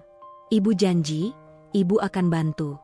Kita belajar bareng, ya. Aku berusaha tegas tapi lembut, mengatur jadwal belajar di meja dapur sambil mengawasi pesanan yang harus kuantar. Malam-malam kami tetap membaca buku cerita sebelum tidur. Aku tahu anak butuh rutinitas. Aku berusaha menjaga agar rumah tetap terasa seperti rumah, bukan medan perang dosa yang ditinggalkan oleh seseorang. Ada hari-hari ketika kecemasan seperti ombak datang mendesak. Tagihan listrik yang menumpuk, pemberitahuan sekolah soal biaya kegiatan, hingga tawaran cicilan menagih bank, semua itu berputar di kepala. Malam-malam, aku sering terbangun, menatap foto kami bertiga yang tergantung di dinding. Raka di situ masih tersenyum, memelukku dan Gia, wajah yang kini terasa asing. Kadang aku mempertanyakan keputusan-keputusan kecil. Kenapa aku tidak menyeretnya ke meja jam 9 malam itu? Kenapa aku memberi dia kesempatan lagi? Tapi sesaat kemudian aku mengingat, aku pernah mencintainya sepenuh hati. Kebencian tidak membangun apa-apa. Aku memilih menerima kenyataan, lalu bangkit. Sosial juga tidak mudah. Ada bisik-bisik di arisan, tentang istri yang ditinggal suami, tentang ibu yang harus kerja serabutan. Ada yang memberi dukungan, ada juga yang menilai. Anak kecil sering meniru bisik-bisik itu, dan aku harus melindungi Gia dari rasa malu. Suatu kali, ketika kami lewat di pasar, seorang tetangga lama menyapa, "SYF, hati-hati ya, banyak laki-laki sekarang gampang tergoda." Katanya seperti nasihat tetapi racunnya terasa menusuk. Aku menahan napas, memalingkan muka, dan menolak untuk larut dalam hinaan itu. Yang menolong justru bukan yang paling dekat selalu. Ada beberapa pelanggan yang menjadi teman, ada pemilik toko kain yang menawari sisa bahan bagus dengan harga miring, ada pemuda di seberang jalan yang bantu mengantar pesanan ketika aku kewalahan. Kebaikan kecil itu membuat hari-hari berat terasa lebih ringan. Ada juga momen-momen harapan kecil. Suatu sore, ketika aku sedang menjahit di teras, ponselku berdering. Nomor tak dikenal. Jantungku berdebar, berharap itu Raka. Kupanggil, suaraku bergetar, tapi yang terdengar hanya suara pria di lain ujung yang menanyakan tentang pesanan kue untuk acara kantor. Aku tertawa getir. Bukan karena lucu, tetapi karena sedih. Hidup harus terus berjalan meski ketiadaan masih menggantung. 2 kali dalam 6 bulan ada jejak samar. Seseorang menanyakan tentang Raka di warung. Terakhir lihat dia di bus kota, katanya mau keluar kota. Ujar seorang tukang ojek. Seketika aku terkejut, lalu bergegas mencari, mengecek terminal, menanyakan sopir bus. Tapi semua jawaban kembali kabur. Ada yang bilang, tidak ada kejelasan. 6 bulan tanpa kepastian juga mengajarkanku hal lain. Bagaimana menjadi ibu sekaligus ayah. Mengantar Gia ke sekolah, menjadi relawan orang tua, menemani rapat guru, menenangkan saat ia murung, mengatur keuangan, dan tetap menyiapkan bekal yang cukup. Semua dilakukan sambil bekerja berkali-kali lipat. Tubuh lelah memang. Tapi ada semacam kebanggaan saat melihat Gia tertawa kecil karena lelucon receh yang kuguraukan sambil menggoreng bakwan. Di malam-malam sepi, aku berbicara pada diri sendiri, pada foto Raka, pada langit, meminta kekuatan. Kalau kamu pulang, ceritakan semuanya. Kalau tidak, ibu tetap akan melindungi Gia. Aku akan lakukan apapun demi anakku. Ucap itu sering kubisikkan, seperti janji yang menambal luka. Entah di mana Raka sekarang. Apakah ia bahagia? Apakah ia menyesal? Pertanyaan-pertanyaan itu tak selalu butuh jawaban saat aku menekan jarum mesin jahit. Ada pekerjaan menunggu, ada anak yang perlu makan, ada tagihan yang harus dibayar. Sementara itu, kehidupan harus terus dilanjutkan. Dijahit pelan-pelan menjadi kain baru yang kuat, untuk aku dan Gia. Gia sudah jauh lebih baik secara fisik. Tubuhnya yang sempat ringkih kini mulai pulih. Pipinya kembali berisi, tawanya kadang terdengar. Tapi aku tahu, luka di dalam hatinya tidak semudah itu sembuh. Trauma kehilangan ayahnya masih menghantui, dan aku bisa melihat jelas betapa anak sekecil itu menyimpan duka yang berat. Pagi itu, aku datang menjemput Gia di sekolah. Ia keluar dari gerbang bersama teman-temannya. Anak-anak lain berlari riang, ada yang langsung dipeluk ayahnya, ada yang digendong tinggi-tinggi sambil tertawa. Gia berjalan pelan, wajahnya tanpa ekspresi. Aku melambai. Gia, sini sayang. Dia berlari kecil ke arahku, tapi bukan dengan wajah bahagia. Saat aku membungkuk untuk meraih tangannya, matanya berkaca-kaca. Kenapa, nak? Tanyaku lembut. Gia menunduk. Aku iri sama Lala, sama Riko, sama teman-teman yang dijemput ayahnya. Kenapa ayah nggak jemput aku lagi? Bu, suaranya bergetar. Hatiku serasa diremas. Aku menarik napas panjang, menahan air mata. Aku tahu aku harus tetap kuat di depannya. Aku membelai rambutnya. Ayah, sedang jauh. Nak, tapi ibu kan selalu ada di sini buat kamu. Jawabku, meski suaraku nyaris pecah. Gia mendongak, menatapku dengan tatapan yang begitu dalam untuk anak seusianya. Tapi aku mau ayah. Semua anak punya ayah, Bu. Aku juga mau. Aku tidak sanggup menjawab. Hanya memeluknya erat, membiarkan air matanya membasahi bajuku. Malamnya, setelah menidurkan Gia, aku duduk sendirian di ruang tamu. Lampu temaram membuat bayangan panjang di dinding. Aku menatap foto lama yang masih tergantung. Aku, Raka, dan Gia tersenyum di taman kota. Seolah-olah itu keluarga lain, bukan aku. Aku berbisik pada foto itu, Raka, apa kamu tahu anakmu seperti ini sekarang? Apa kamu tega melihatnya menunggu tanpa jawaban? Kalau kamu memang memilih pergi, kenapa nggak jujur sejak awal? Kenapa harus meninggalkan luka sebesar ini? Air mataku mengalir deras. Aku marah, kecewa, tapi yang paling kuat adalah rasa sakit karena melihat Gia kehilangan sosok yang seharusnya jadi pelindungnya. Beberapa hari kemudian, aku mendapat kabar dari wali kelas Gia. Saat aku datang menjemput, Bu Guru memintaku masuk sebentar ke ruangannya. Bu Shfa, saya ingin bicara soal Gia, katanya hati-hati. Jantungku berdebar. Ada apa dengan Gia, Bu? Beliau tersenyum tipis, lalu menatapku penuh empati. Gia anak yang cerdas, rajin. Tapi akhir-akhir ini, dia sering melamun di kelas. Kadang dia menangis diam-diam. Saat saya tanya, jawabannya selalu sama, dia rindu ayahnya. Aku menunduk, menggenggam ujung jilbabku erat. Saya tahu, Bu, saya berusaha sekuat mungkin. Tapi saya juga bingung harus menjelaskan apa ke Gia. Guru itu menghela napas. Saya mengerti, Bu. Saya hanya ingin Ibu tahu kondisinya. Mungkin Gia butuh perhatian ekstra. Kalau Ibu mau, sekolah bisa merekomendasikan konselor anak, supaya Gia bisa bicara dan menyalurkan perasaannya. Aku mengangguk pelan. Terima kasih, Bu. Saya akan pikirkan. Keluar dari ruang guru, aku melihat Gia menunggu di luar kelas, memeluk tasnya erat. Senyumnya kecil saat melihatku, tapi matanya tetap sembab. Aku berusaha menatapnya penuh kasih. Yuk pulang, sayang. Malam itu, aku memutuskan untuk berbicara langsung dengan Gia. Kami duduk di ranjangnya, ditemani boneka beruang kesayangannya. Gia sayang, aku menggenggam tangannya. Ibu tahu kamu kangen ayah. Ibu juga kangen. Gia menatapku, matanya berkaca-kaca. Tapi kenapa ayah nggak pulang-pulang? Bu, apa ayah nggak sayang sama kita lagi? Pertanyaan itu menusuk jantungku. Aku ingin berteriak, ingin menyalahkan Raka, tapi aku tahu itu hanya akan menambah luka Gia. Aku menelan ludah, menahan air mata. Bukan begitu, Nak. Ayah sayang sama kamu. Sangat sayang. Tapi kadang orang dewasa melakukan hal-hal yang nggak bisa kita mengerti. Mungkin sekarang ayah lagi jauh, dan belum bisa pulang. Tapi jangan pernah ragu kalau ayah mencintaimu. Gia menggeleng pelan. Tapi aku mau ayah sekarang, Bu, bukan nanti. Aku nggak suka lihat teman-teman punya ayah, sementara aku nggak. Aku memeluknya erat. Aku ngerti, sayang, aku ngerti banget. Kamu boleh nangis kalau sedih. Kamu boleh marah juga. Tapi ibu janji, ibu nggak akan ninggalin kamu. Kita berdua, ya? Ibu dan Gia. Kita saling jaga. Gia terisak di pelukanku. Ibu jangan pergi juga ya. Hatiku hancur, tapi aku mengangguk tegas sambil menahan tangis. Ibu janji, sayang. Ibu nggak akan kemana-mana.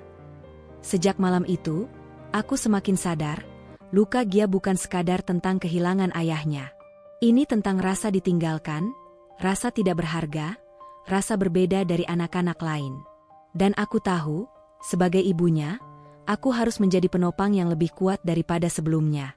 Aku mulai melibatkan Gia dalam kegiatanku, mengajaknya membantu membungkus jajanan, menemaniku ke pasar, bahkan menempelkan stiker kecil di bungkusan kue. Aku ingin dia merasa berarti, merasa punya peran, dan tidak merasa sendirian. Meski begitu, setiap kali melihat tatapan kosongnya saat teman-temannya berlari ke pelukan ayah masing-masing, hatiku tetap teriris. Luka itu masih ada, dan aku hanya bisa berharap waktu akan menyembuhkan. Tapi jauh di lubuk hatiku, aku tahu, selama Raka tidak kembali atau setidaknya memberi kepastian, luka itu akan terus terbuka. Langkahku seketika terhenti. Rasanya lututku kehilangan tenaga, jantungku berdegup kencang, dan udara di sekitar seakan menghilang. Aku mematung di lorong rumah sakit itu, sementara mataku tak bisa berbohong. Ya, itu Raka. Suamiku. Lelaki yang selama 6 bulan ini kuperjuangkan, kucari, kusesali, kudoakan agar pulang dengan selamat. Dan kini, di depan mataku, ia berjalan santai, dengan tangan erat menggenggam seorang wanita hamil besar. Tubuhku bergetar. Aku ingin berteriak, tapi suaraku tercekat. Gia, yang kugendong di pelukan karena tubuhnya panas, menatap ke arah yang sama. Matanya langsung berbinar. Bu, itu ayah. Serunya dengan suara serak, penuh harap. Aku menahan napas, panik bercampur marah. Gia, tenang dulu, nak, bisikku. Namun Gia sudah tak bisa ditahan. Dengan tubuh lemah, ia meronta turun dari gendonganku, lalu berlari kecil ke arah Raka. Ayah. Raka tersentak. Ia menoleh. Matanya melebar kaget. Wajahnya pucat seketika.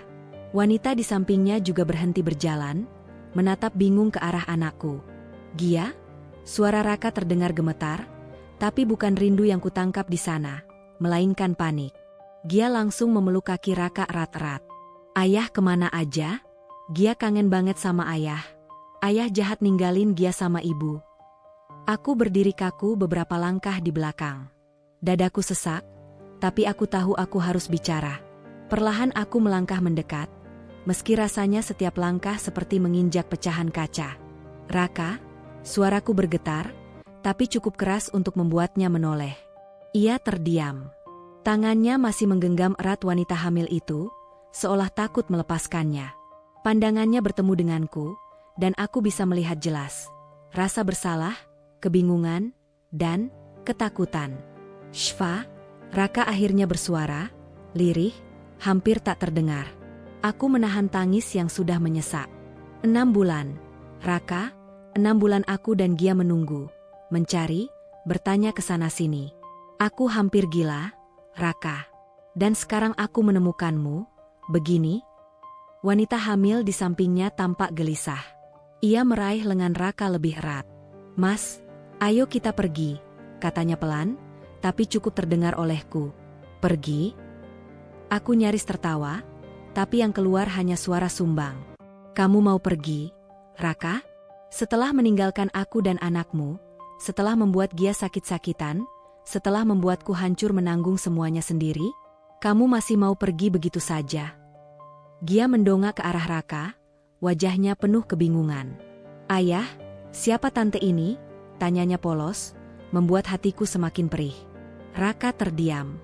Napasnya terengah, seolah terjepit di antara dua dunia. Ia meraih bahu Gia, tapi tangannya bergetar. Gia, ayah bisa jelasin. Aku menyilangkan tangan di dada, menatapnya dengan mata berkaca-kaca. Jelaskan sekarang, Raka. Di depan aku, di depan Gia, di depan wanita yang sedang kamu gandeng. Wanita itu, yang perutnya sudah besar, tampak semakin resah. Mas, jangan lama-lama di sini. Aku nggak enak dilihatin orang, katanya. Aku menoleh tajam padanya. Kamu Intan, kan? Tanyaku dingin. Wanita itu menunduk, lalu menggenggam tangan Raka lebih kuat. Raka tak menjawab, tapi diamnya sudah cukup bagiku. Ya Tuhan, aku menutup mulutku, menahan teriakan yang nyaris keluar. Air mataku tumpah tanpa bisa kutahan lagi. Gia mulai menangis, memeluk kaki Raka lebih erat. Ayah jangan tinggalin Gia lagi. Ayah pulang sama kita ya, ayah. Raka terlihat bimbang, wajahnya penuh keringat dingin. Ia mencoba berjongkok, meraih tubuh Gia, tapi aku menahan. Jangan berani, Raka, ucapku tajam. Kamu nggak bisa seenaknya datang setelah 6 bulan menghilang, lalu seolah-olah nggak terjadi apa-apa. Tidak di hadapan anakmu yang hampir mati karena merindukanmu. Lorong rumah sakit itu mendadak terasa sesak. Orang-orang mulai memperhatikan kami, beberapa perawat menoleh penuh rasa ingin tahu. Tapi aku tak peduli. Raka akhirnya berdiri lagi, menunduk dalam-dalam.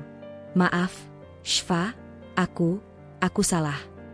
Aku menatapnya lama, mataku basah tapi penuh amarah. Salah? Itu aja yang bisa kamu bilang?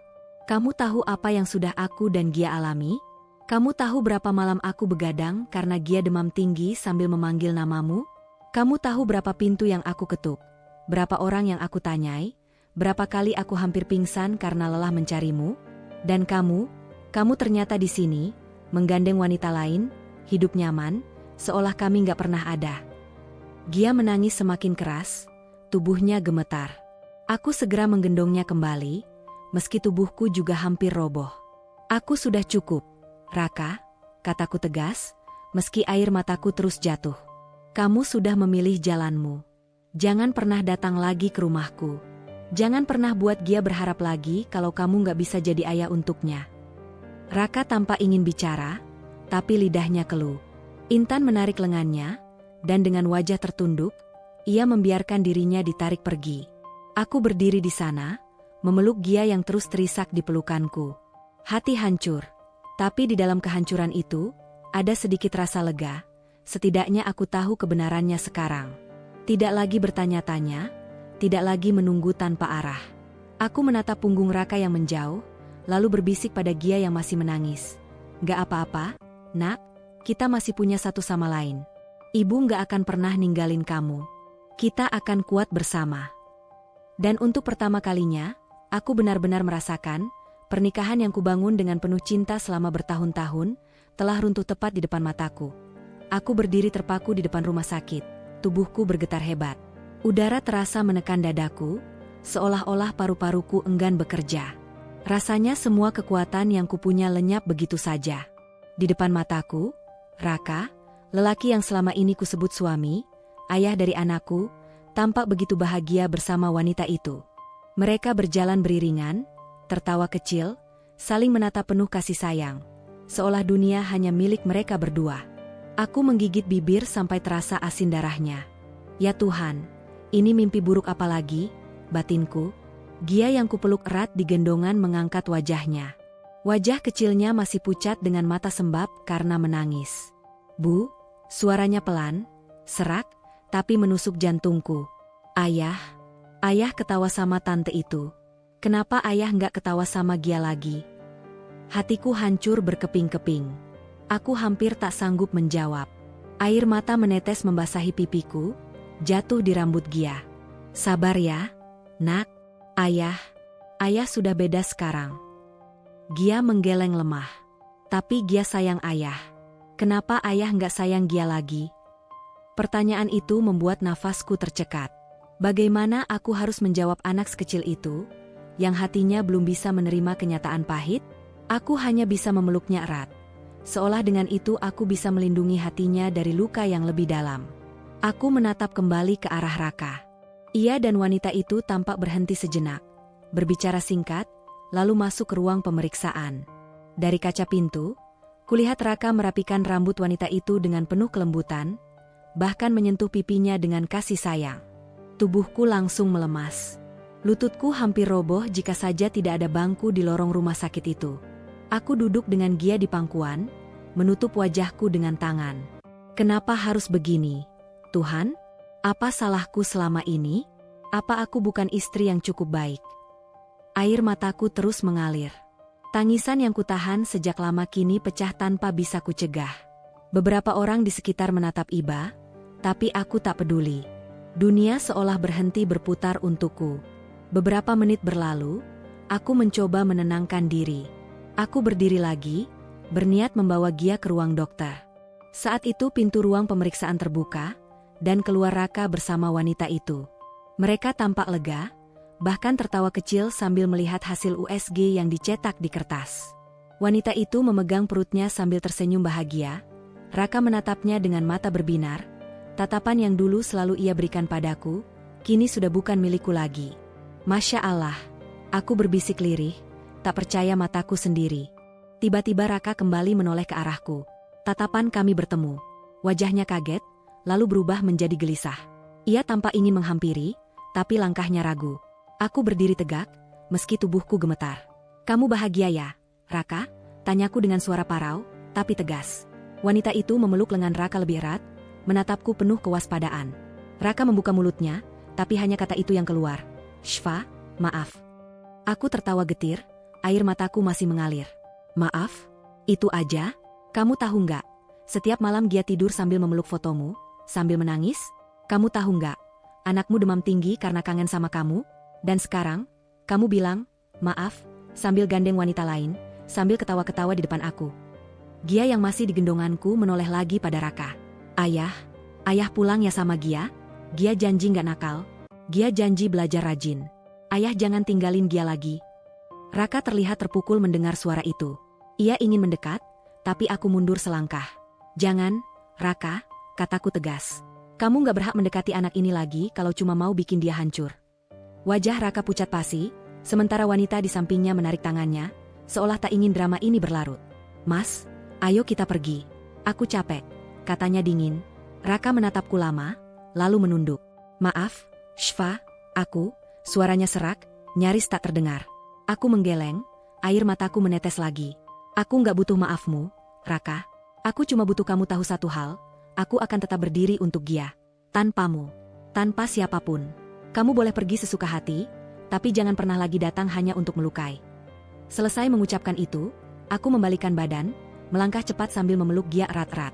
Aku tak sanggup lagi menatap wajah lelaki yang dulu kusebut rumah, tapi kini hanyalah orang asing yang menusukku dari belakang. Langkahku berat, tapi hatiku lebih berat lagi. Aku merasa dunia yang kukenal sudah runtuh. Gia menengadah dalam pelukanku, suaranya lemah. Bu, ayah nggak pulang lagi ya? Aku menghela napas panjang, berusaha menahan tangis. Sepertinya begitu, nak, tapi ibu janji, ibu nggak akan pernah ninggalin kamu. Kita berdua aja cukup. Dan kalimat itu, meski kuucapkan dengan getir, menjadi doa baru yang harus kupegang erat. Aku dan Gia harus kuat, meski tanpa sosok yang dulu kusebut suami. Raka akhirnya benar-benar melihatku. Pandangan kami bertemu, dan saat itu aku bisa merasakan sesuatu yang menusuk lebih dalam daripada sekadar pengkhianatan. Wajahnya pucat seketika, namun bukan karena rasa bersalah, bukan karena rindu pada istri dan anak yang sudah menunggunya berbulan-bulan. Justru ia tampak panik, matanya berputar cepat ke kiri dan kanan, seperti pencuri yang tertangkap basah. Wanita yang digandengnya menatapku tajam. Tatapan itu penuh dengan kebencian yang bahkan aku tidak mengerti asalnya. Seolah akulah orang asing yang tiba-tiba datang mengganggu kebahagiaan mereka, padahal aku adalah istri sah yang selama ini Raka tinggalkan. Tanganku yang memeluk Gia bergetar. Nafasku sesak, tapi aku berusaha berdiri tegak. Raka, suaraku parau, hampir pecah. Raka menelan ludah, wajahnya kaku. Shfa, ini nggak seperti yang kamu pikirkan. Aku tertawa getir, meski air mataku jatuh deras. Nggak seperti yang kupikirkan? Mas, kamu menghilang 6 bulan. Aku dan Gia hampir gila mencari kamu. Dan sekarang aku lihat kamu, gandeng perempuan ini, dengan perutnya yang sudah besar, dengan senyum bahagia di wajahmu. Lalu kamu bilang, nggak seperti yang kupikirkan. Wanita itu menyeringai tipis, lalu bersuara lantang. Kamu istri sahnya, ya? Pantas aja Mas Raka selalu gelisah kalau kita ketemu orang-orang dari pabrik. Ia kemudian menatap Raka sambil menggenggam tangannya lebih erat. Mas, mending kita pergi. Nggak ada gunanya jelasin apapun ke dia. Aku menatap wanita itu tajam, menahan amarah yang meletup-letup di dadaku. Jadi kamu Intan? Wanita itu mengangkat dagu. Ya, dan aku nggak perlu izin darimu untuk bersama Mas Raka. Dia ada di sisiku karena dia mau, bukan karena aku paksa. Gia, yang ada di pelukanku, mulai menangis lagi. Tangannya terulur ke arah Raka. Ayah, kenapa ayah gandeng tante ini? Kenapa ayah nggak gandeng ibu lagi? Raka menutup mata, wajahnya menegang. Ia mencoba meraih Gia, tapi aku mundur selangkah. Jangan sentuh anakmu kalau cuma bikin dia sakit hati. Raka, suaraku meninggi, nyaris berteriak. Shfa, tolong dengar aku dulu. Raka mencoba berbicara. Aku memotong cepat. Dengar apa lagi? Kamu sudah bilang semuanya tanpa harus bicara. Tatapanmu ke perempuan ini, senyummu ke dia, itu sudah cukup jadi jawaban. Selama ini aku menunggu dengan sabar, berdoa siang malam, menahan malu karena harus menanyakan keberadaanmu ke orang-orang. Aku menanggung air mata Gia sendirian, menanggung lapar, menanggung sakit. Sementara kamu di sini, hidup bahagia dengan dia. Raka terdiam, wajahnya semakin pucat. Orang-orang di sekitar mulai berbisik, memperhatikan kami. Beberapa perawat saling pandang, ada yang menggeleng-gelengkan kepala. Aku tidak peduli. Intan justru tersenyum miring. Shfa, kalau kamu memang istri yang baik, Mas Raka nggak akan ninggalin kamu. Coba kamu tanya diri kamu sendiri, kenapa dia lebih pilih aku daripada kamu? Darahku mendidih. Aku hampir melangkah maju, tapi Gia menggenggam erat bajuku, menahan. Tangisnya pecah lagi. Bu, jangan berantem. Aku menarik napas panjang, berusaha menahan diri. Mataku beralih ke Raka lagi. Kamu dengar, kan, apa yang dia bilang? Kamu lebih pilih dia daripada aku dan anakmu sendiri. Raka terdiam. Bibirnya bergetar, tapi tak ada kata yang keluar.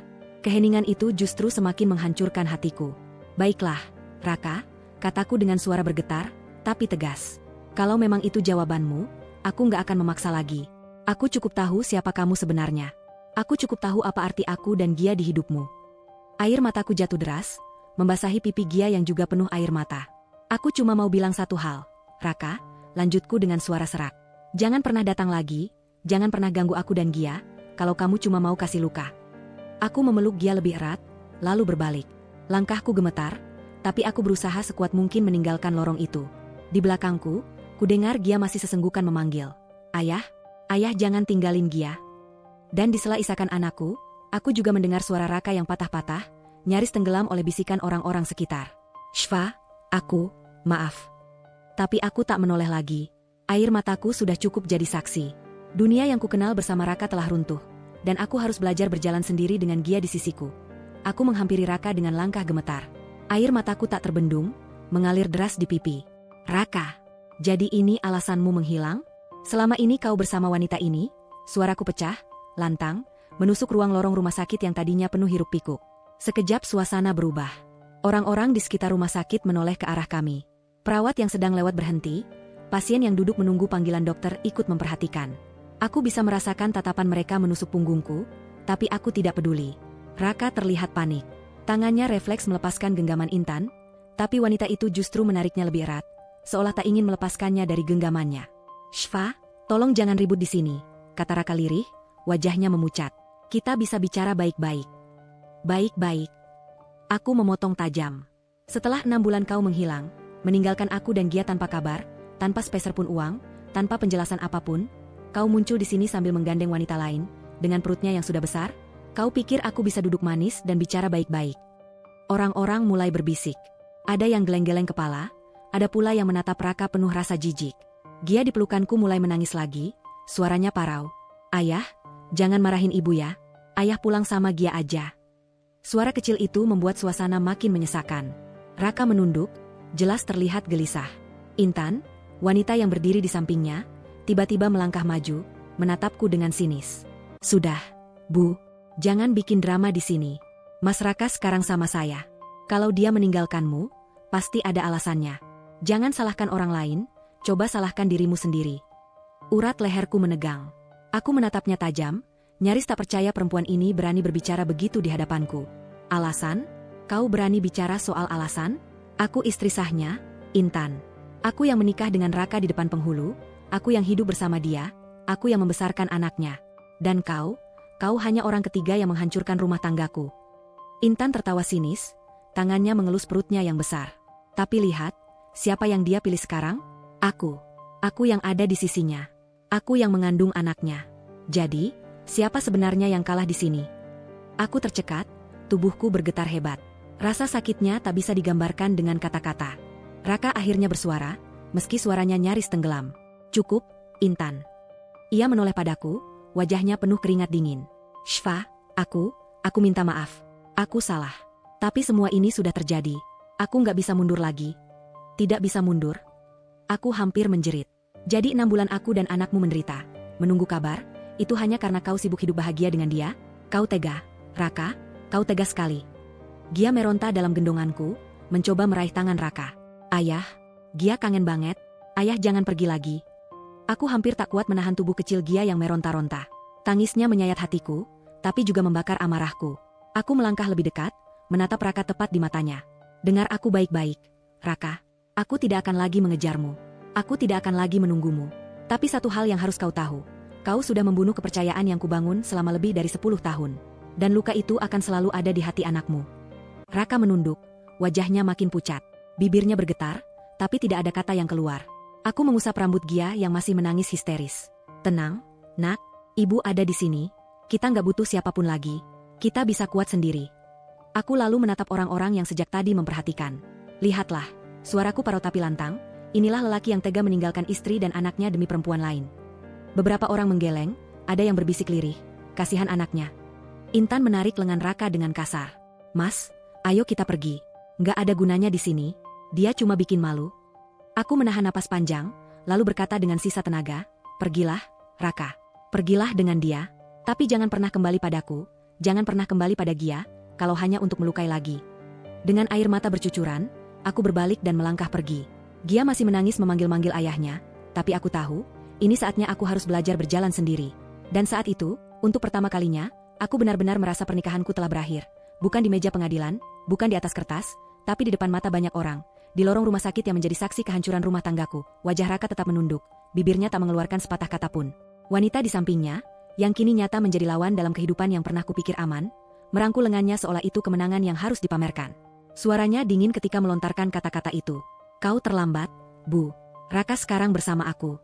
Kami akan segera punya anak." Kalimat itu seperti palu yang menghantam kepalaku berulang-ulang. Semua warna di sekitarku pudar. Lorong rumah sakit, suara orang-orang, bahkan napas anak di pangkuanku terasa jauh. Aku rasanya ingin berteriak, ingin melumpuhkan kedua orang itu dengan amarah, tapi sesuatu di dalam dadaku runtuh pelan, bukan amarah yang meledak, melainkan kehancuran yang dingin dan sunyi. Gia, yang selama ini kupeluk untuk menenangkan, kini menatapku dengan mata besar dan penuh kebingungan. Bu, ayah punya anak? Ayah, nggak bilang ke Gia. Suara polosnya menusuk lebih dalam daripada semua hinaan yang diarahkan padaku. Aku merasakan darah mengalir ke wajah, panas dan dingin campur aduk. Tangisku pecah lagi, namun kali ini aku tahu harus menahan diri demi anak ini, demi ketegaran yang harus kurang-kurangi agar Gia tidak kehilangan satu-satunya sandaran yang ia masih punya. Aku menarik napas sedalam mungkin, menahan amarah agar tidak berubah menjadi kata-kata yang akan menambah luka. Kalau memang begitu, pergilah kalian berdua. Suaraku pecah namun tegas. Jangan pernah kembali kalau hanya untuk membuat luka. Raka tetap diam. Intan, dengan tubuh yang sudah membulat oleh janin, mengangkat dagu dan menatapku dingin. Mending kamu terima saja, Bu. Hidup itu bukan selalu soal apa yang kita mau. Kata-kata itu menghantam. Namun ada sesuatu yang lain juga, sebuah tekad kecil yang mulai menyala di relung hatiku. Aku menutup mata sejenak, merasakan denyut nadi yang bergelora. Dengar, Intan, jawabku perlahan tapi kuat, saya bukan perempuan yang akan kalah hanya karena kamu datang membawa janin. Kau boleh merebut suamiku, kau boleh memiliki apapun yang kau anggap berharga. Tapi ingat ini, kau tidak akan pernah menjadi ibu yang menggantikan tempat seorang ibu yang selama ini merawat, mengurus, dan membesarkan anaknya. Kalau kau pikir bayi itu cukup untuk menghapus semua yang sudah kau hancurkan, kamu salah. Intan tersentak, wajahnya memerah karena tak asing dengan kata-kataku yang menguak fakta. Di antara kami mengalir suasana tegang, beberapa orang di lorong rumah sakit menoleh, berbisik. Aku menatap lagi ke arah Gia. Anak itu menggenggam kain bajuku, bibirnya gemetar. Ibu, kapan ayah pulang beneran? Tanyanya, polos. Hatiku nyaris hancur. Aku meraih kepalanya, menundukkan wajah kami berdua. Gak ada jaminan ayah akan pernah pulang. Nak, tapi ibu janji, ibu akan selalu ada. Ibu akan jadi dua untukmu, ayah dan ibu. Dia mengangguk pelan, meski matanya tetap berkaca-kaca. Ia butuh kepastian, ia butuh rutinitas, ia butuh pelukan hangat saat mimpi-mimpinya terganggu. Aku tahu, kata-kata manis sementara tidak cukup. Yang ia butuhkan adalah tindakan nyata. Makanan di meja, uang untuk sekolah, waktu belajar bersama, dan kehadiran yang tidak setengah-setengah.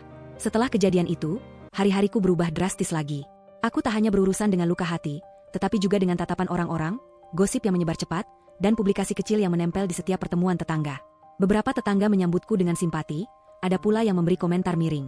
Namun ada satu hal yang kupelajari, simpati tak memberi nasi, gosip tak membayar listrik. Jadi aku harus mengubah amarah dan rasa sakit menjadi bahan bakar untuk bertahan. Di rumah, aku duduk bersama Gia di meja dapur yang kecil. Ia membuka tas sekolahnya, mengambil buku dan menempatkannya di hadapanku. Ibu, besok ada ulangan matematika, katanya sederhana. Detik itu juga aku sadar rutinitaslah yang menyelamatkan kami. Bila aku tergelincir hanyut dalam amarah, Gia yang masih rapuh itu akan ikut tenggelam. Aku mulai menyusun langkah praktis. Menyusun anggaran bulanan ulang, memprioritaskan kebutuhan pokok, menjadwalkan pembayaran listrik, membeli bahan makanan grosir agar lebih hemat.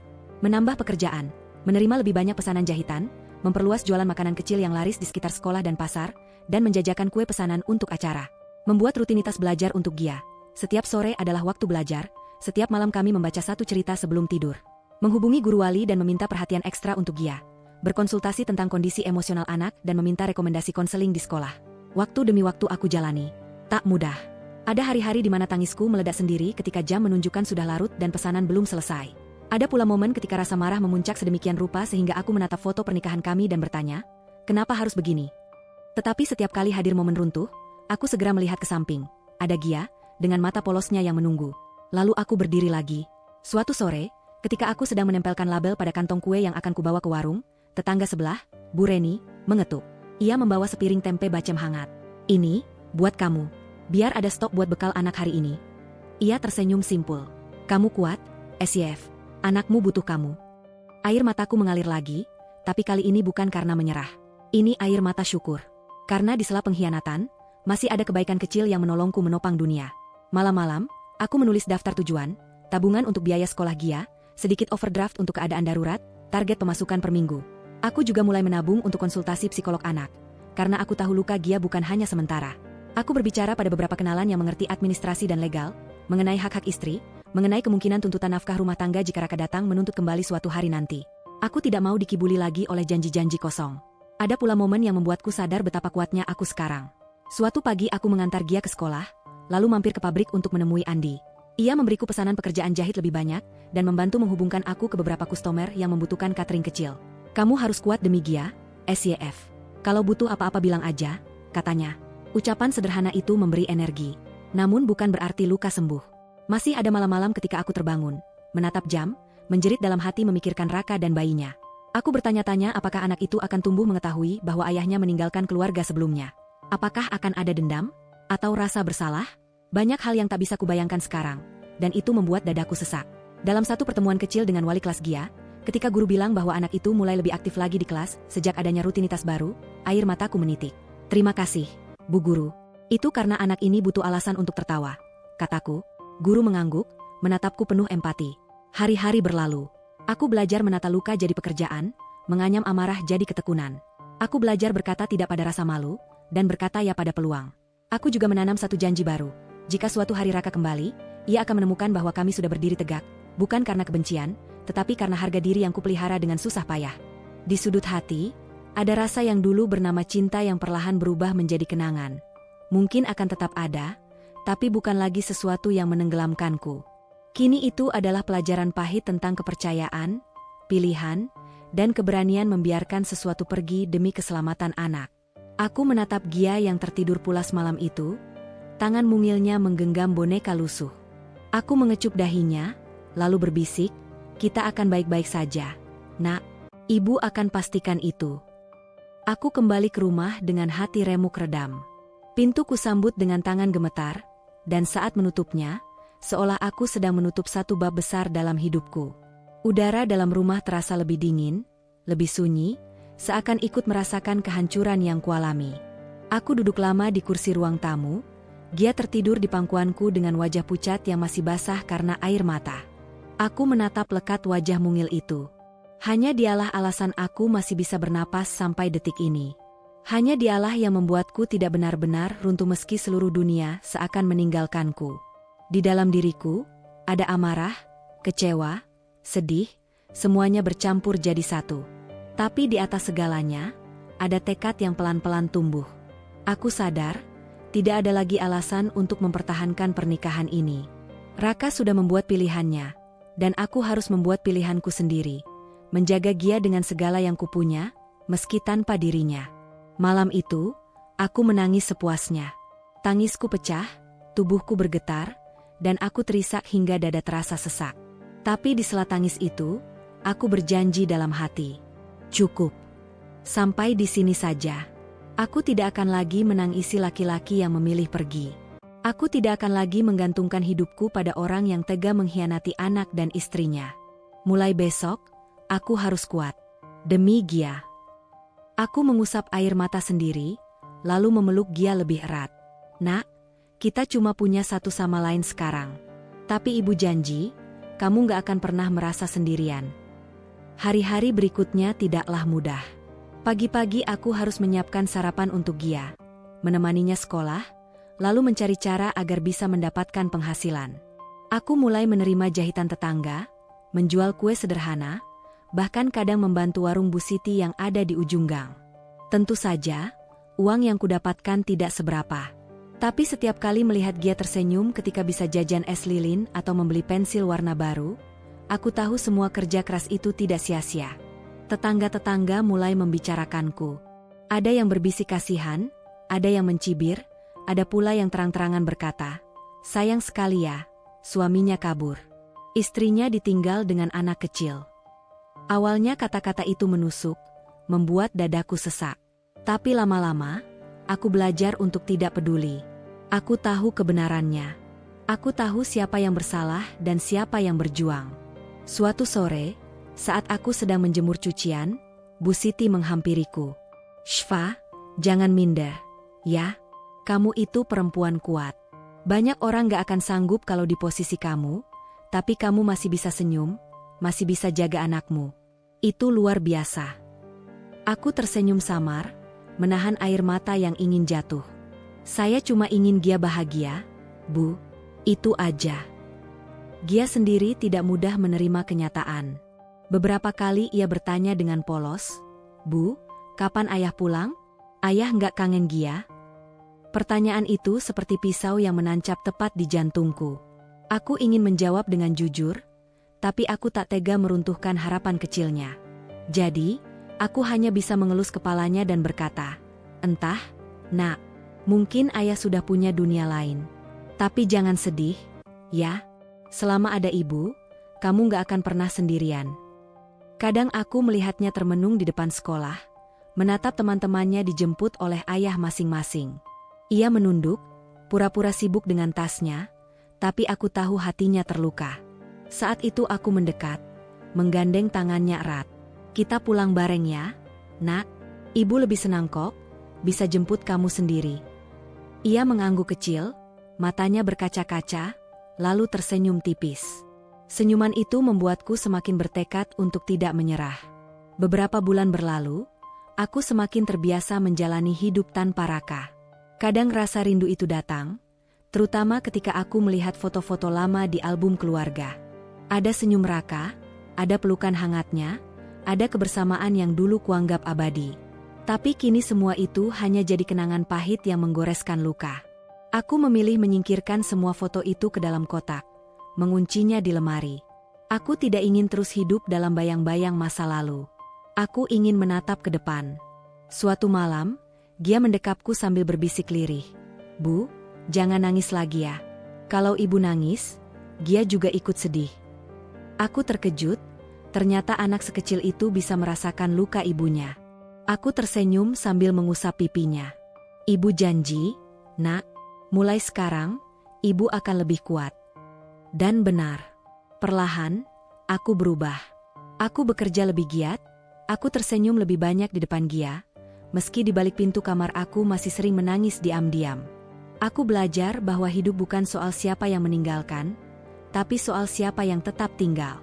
Aku tahu luka ini tidak akan pernah hilang. Aku tahu pengkhianatan itu akan selalu membekas. Tapi aku juga tahu, aku punya satu alasan yang lebih kuat daripada rasa sakit itu, Gia. Aku ingin ia tumbuh melihat ibunya tegar. Aku ingin ia tahu bahwa meski ayahnya pergi, hidupnya tidak hancur. Aku ingin ia belajar dari kisahku, bahwa perempuan bisa berdiri kokoh meski dikhianati, bahwa cinta sejati tidak pernah meninggalkan. Aku, Shfa, perempuan yang pernah dikhianati, memilih untuk bangkit. Luka ini akan selalu ada, tapi justru dari luka inilah aku menemukan diriku yang sebenarnya. Seorang ibu yang kuat, seorang perempuan yang tidak akan lagi membiarkan siapapun meruntuhkan harga dirinya. Dan sejak hari itu, aku tidak pernah lagi menoleh ke belakang.